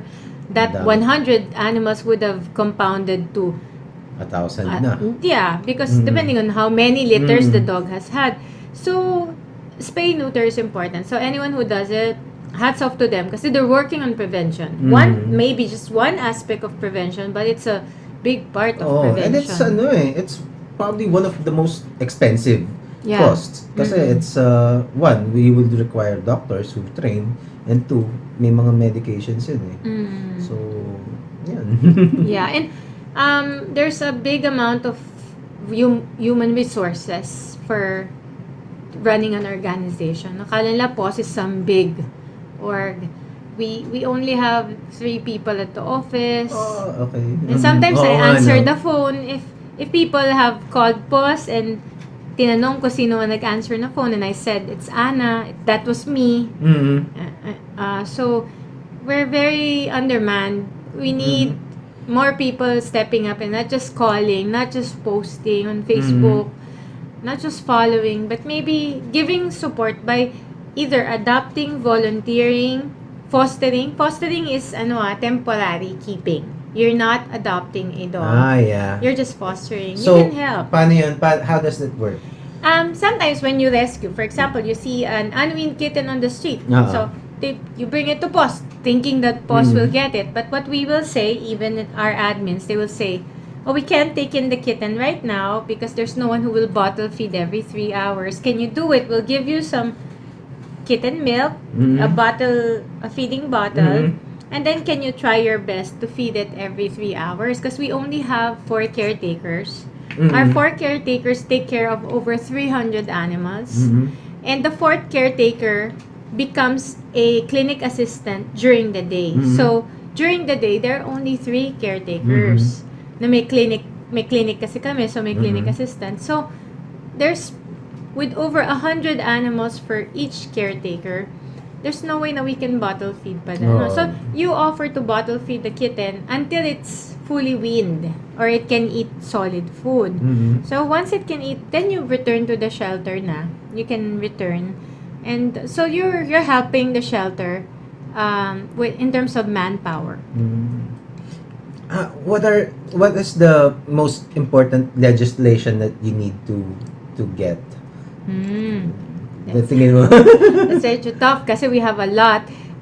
We are working for the inclusion of animal welfare in the educational system. Kasi nga, No nga, education no? is a big part of it. We can like prosecute everyone, but if we don't work on our children, Mm-hmm. na teaching them the values of respecting all forms of life, Mm-hmm. it will be a lost cause. So it starts with the kids.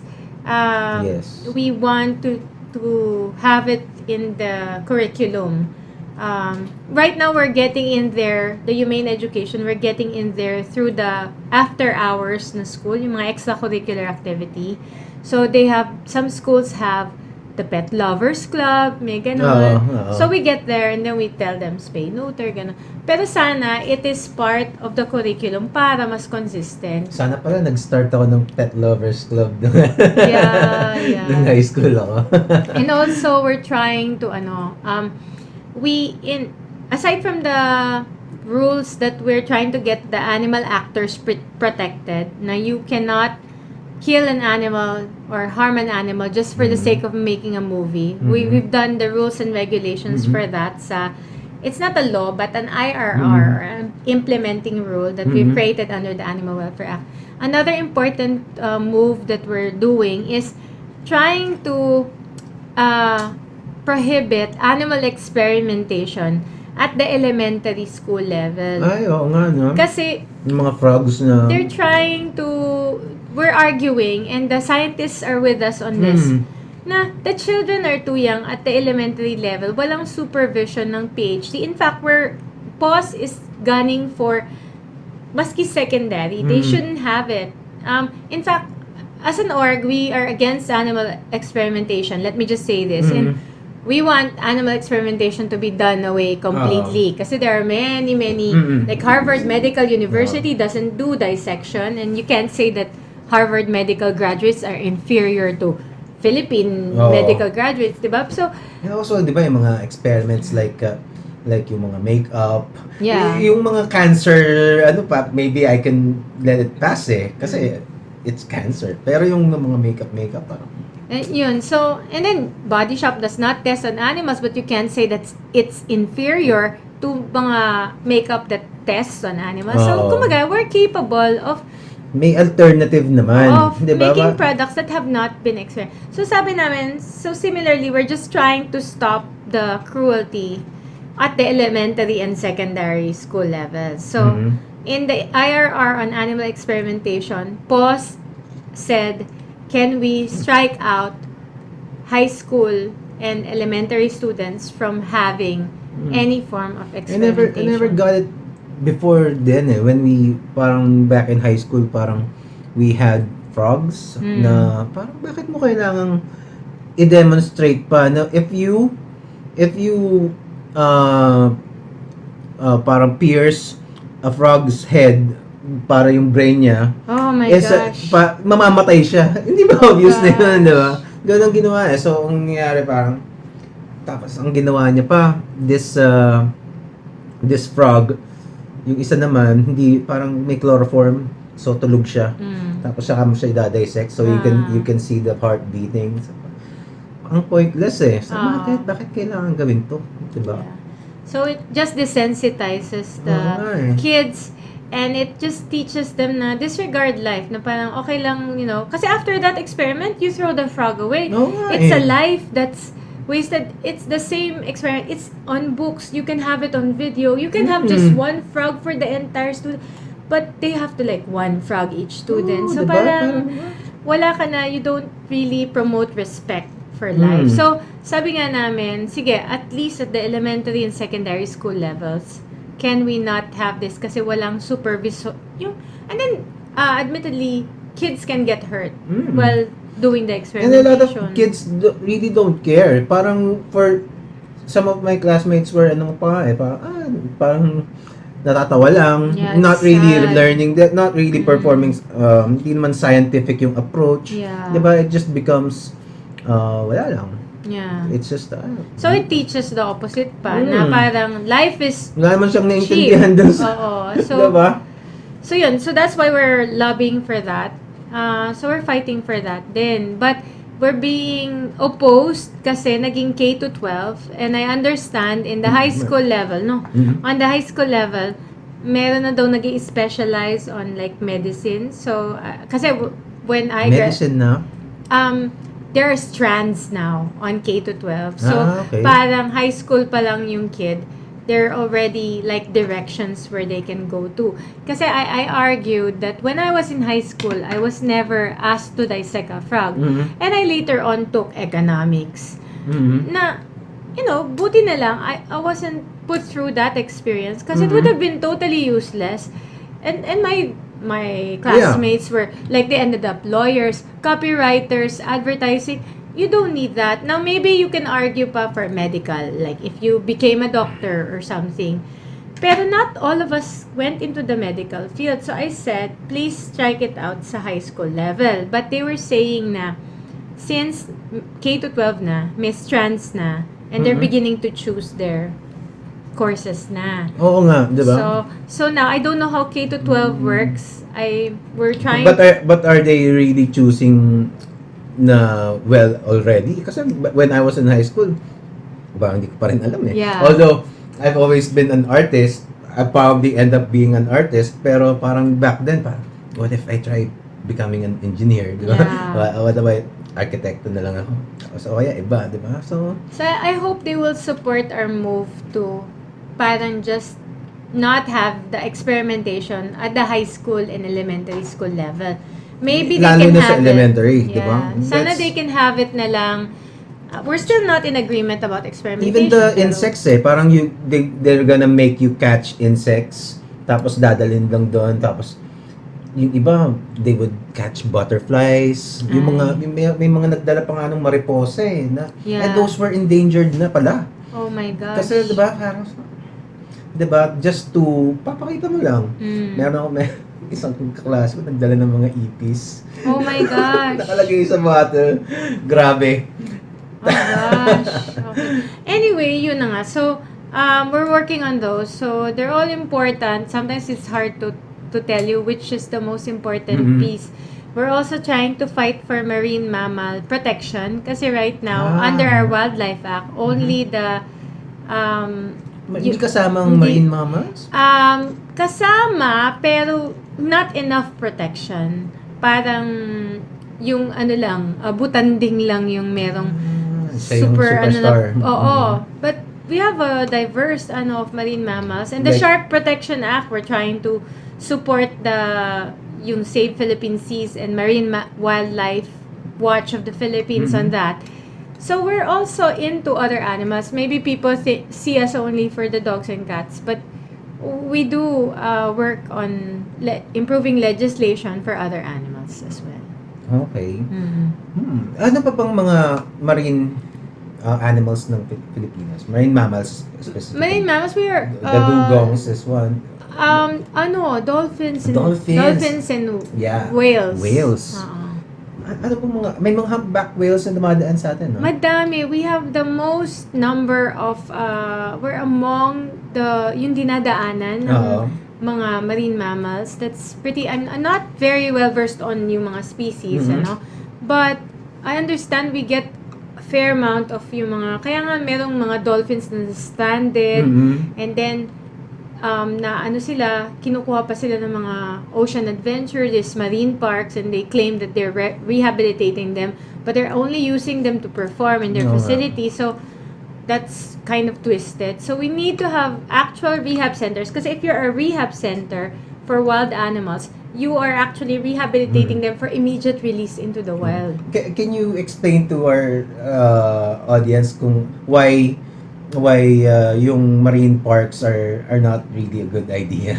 Well, for starters, these whales and dolphins swim for hundreds and thousands of miles in a day. That's their natural behavior. No. And so then they can literally cross oceans. Yun ang Yeah. natural habitat nila. And then you confine them in a place that's not even 1/4 of 1% of what they're used to. It's like, as a person, lagay kita sa drum. And that's your life. And then they argue, we take good care of them. What if I feed you caviar, pero you're just gonna stay in that drum forever? So, don't you get it? They're not happy. And in fact, whales and dolphins in captivity have shorter lifespans than those that are out in the wild. They hardly ever make it out of 15 years pag they're in captivity, but in the wild they can live up to 70 years. Case 15? in 15? less than 15. Case in point, Ocean Adventure, none of their whales, false killer whales, ever made it past the 20 years. They didn't make it past that. They all died. And then they said they didn't have a satisfactory explanation as to how the animals died. Talaga? There was no marine mammal expert. They just made a report, and so now they don't have any marine mammal there except for the dolphins that they claim to have saved from stranding. Oh my God. Pero they're now using that dolphin to perform tricks. It's like saving a child from child from the street. You're saying you saved the street kid, but you're now using the same kid for prostitution. So that doesn't make what you're doing right. You're just making money off the kid. So if they're really rehab or rescue, if they're for protection, they wouldn't be making them perform. I felt sad because there was a seminar for veterinarians that was announced recently. Tapos, the part of the seminar, which was going to be done in Ocean Adventure, was to see a dolphin show. Na parang, what's that? Why are you teaching conservation kuno and yet having a sideshow of making them... You know that dolphins never jump through hoops in the wild. They will not eat dead fish in the wild. You can never make them eat dead fish. Now ask yourselves, why is the dolphin jumping through a hoop? Why is it eating a dead fish? Because the dolphin has been starved. That is the only reason why the dolphin would do that trick. They will not eat that in the wild, yung dead fish, kasi they were starved. It's a conditioning process.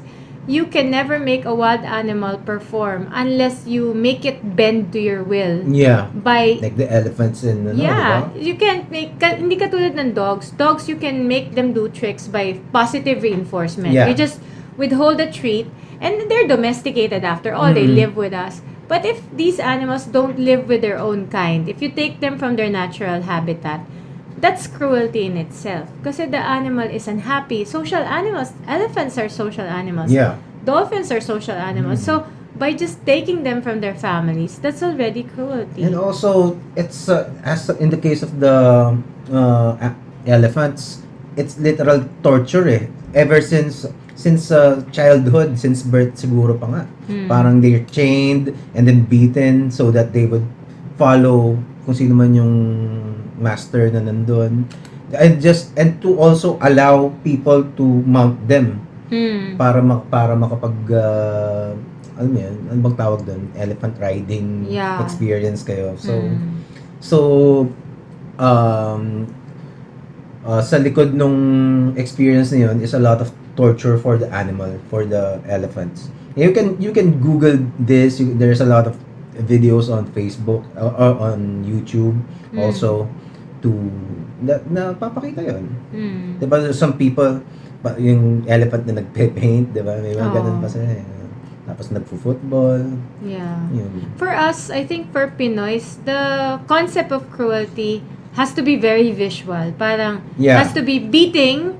Pag sinabi nila si Mali is in Manila Zoo, he's well taken care of naman eh. We're feeding him fruits, so he's fine. Nobody's beating him, nobody's riding him. So they're like arguing it's not cruelty, but captivity in itself is cruelty. Kasi nga, if you take wild animals from the wild, it actually robs them of a basic need that's emotional. Kasi yung 5 freedoms ng animals, lagi natin freedom from hunger and thirst, freedom from fear, freedom from pain, injury, and disease. So we think that it's just taking care of them, but freedom from yung to behave in a natural way, that's one of the 5 freedoms. So if you've taken a wild animal and it's not enjoying its normal behavior in its natural habitat, that is cruelty. And yun yung nakakalimutan. Kasi parang we think that if we treat animals as pets, like wild animals, then okay na sila. Mataba naman. Always engaged ng Pinoy is like, mataba naman eh. Diba pag bata, tapos mataba. But there must be, healthy yung bata. Pero there are many other considerations. So it's mababaw na standard ng welfare. We have to learn how these animals are, how they live, and to be able to have an assessment na are they supposed to be behaving in that manner? Are they, yun ba yung normal behavior nila? One argument na I heard about Mali lang is parang okay, so alam nila na ganun nga, they want yung captivity is bad basically. Pero if you're gonna take her to the sanctuary, yung mga elephants doon would ostracize her, hindi siya sasama sa pack, and it would be awful din sa kanya in the end. No. That's not true. Kasi PETA was able to show that there are even other elephants from other zoos that were successfully integrated into this sanctuary. I see. And wouldn't you rather risk na her getting a crack at a better life than parang languishing in jail forever? At least give her a chance, no? At saka in Manila Zoo, she's never had anything like any treatment at all. She's never had any blood test up until this controversy came up. Tsaka lang nila binigyan ng blood test. Oh, wow. She was only given topical treatments. But in that sanctuary, she will be given all the care talaga na kailangan, and then in a natural It's not like naman siguro na if, let's say, inaway siya nung existing pack doon, na they're gonna let it. Papatayin na lang siya, okay, pinatay siya, di ba? Wala so namang siguro ganon. pwedeng i-separate enclosure muna siya. Then these are pachyderm experts that they have already wrote to the Philippine government. Jane Goodall herself Jane Goodall wrote to the Philippine government appealing na this would be better for Mali. And these are luminaries in the animal rights field. So parang Jane Goodall is the chimpanzee woman, yes, that woman, yeah. Okay.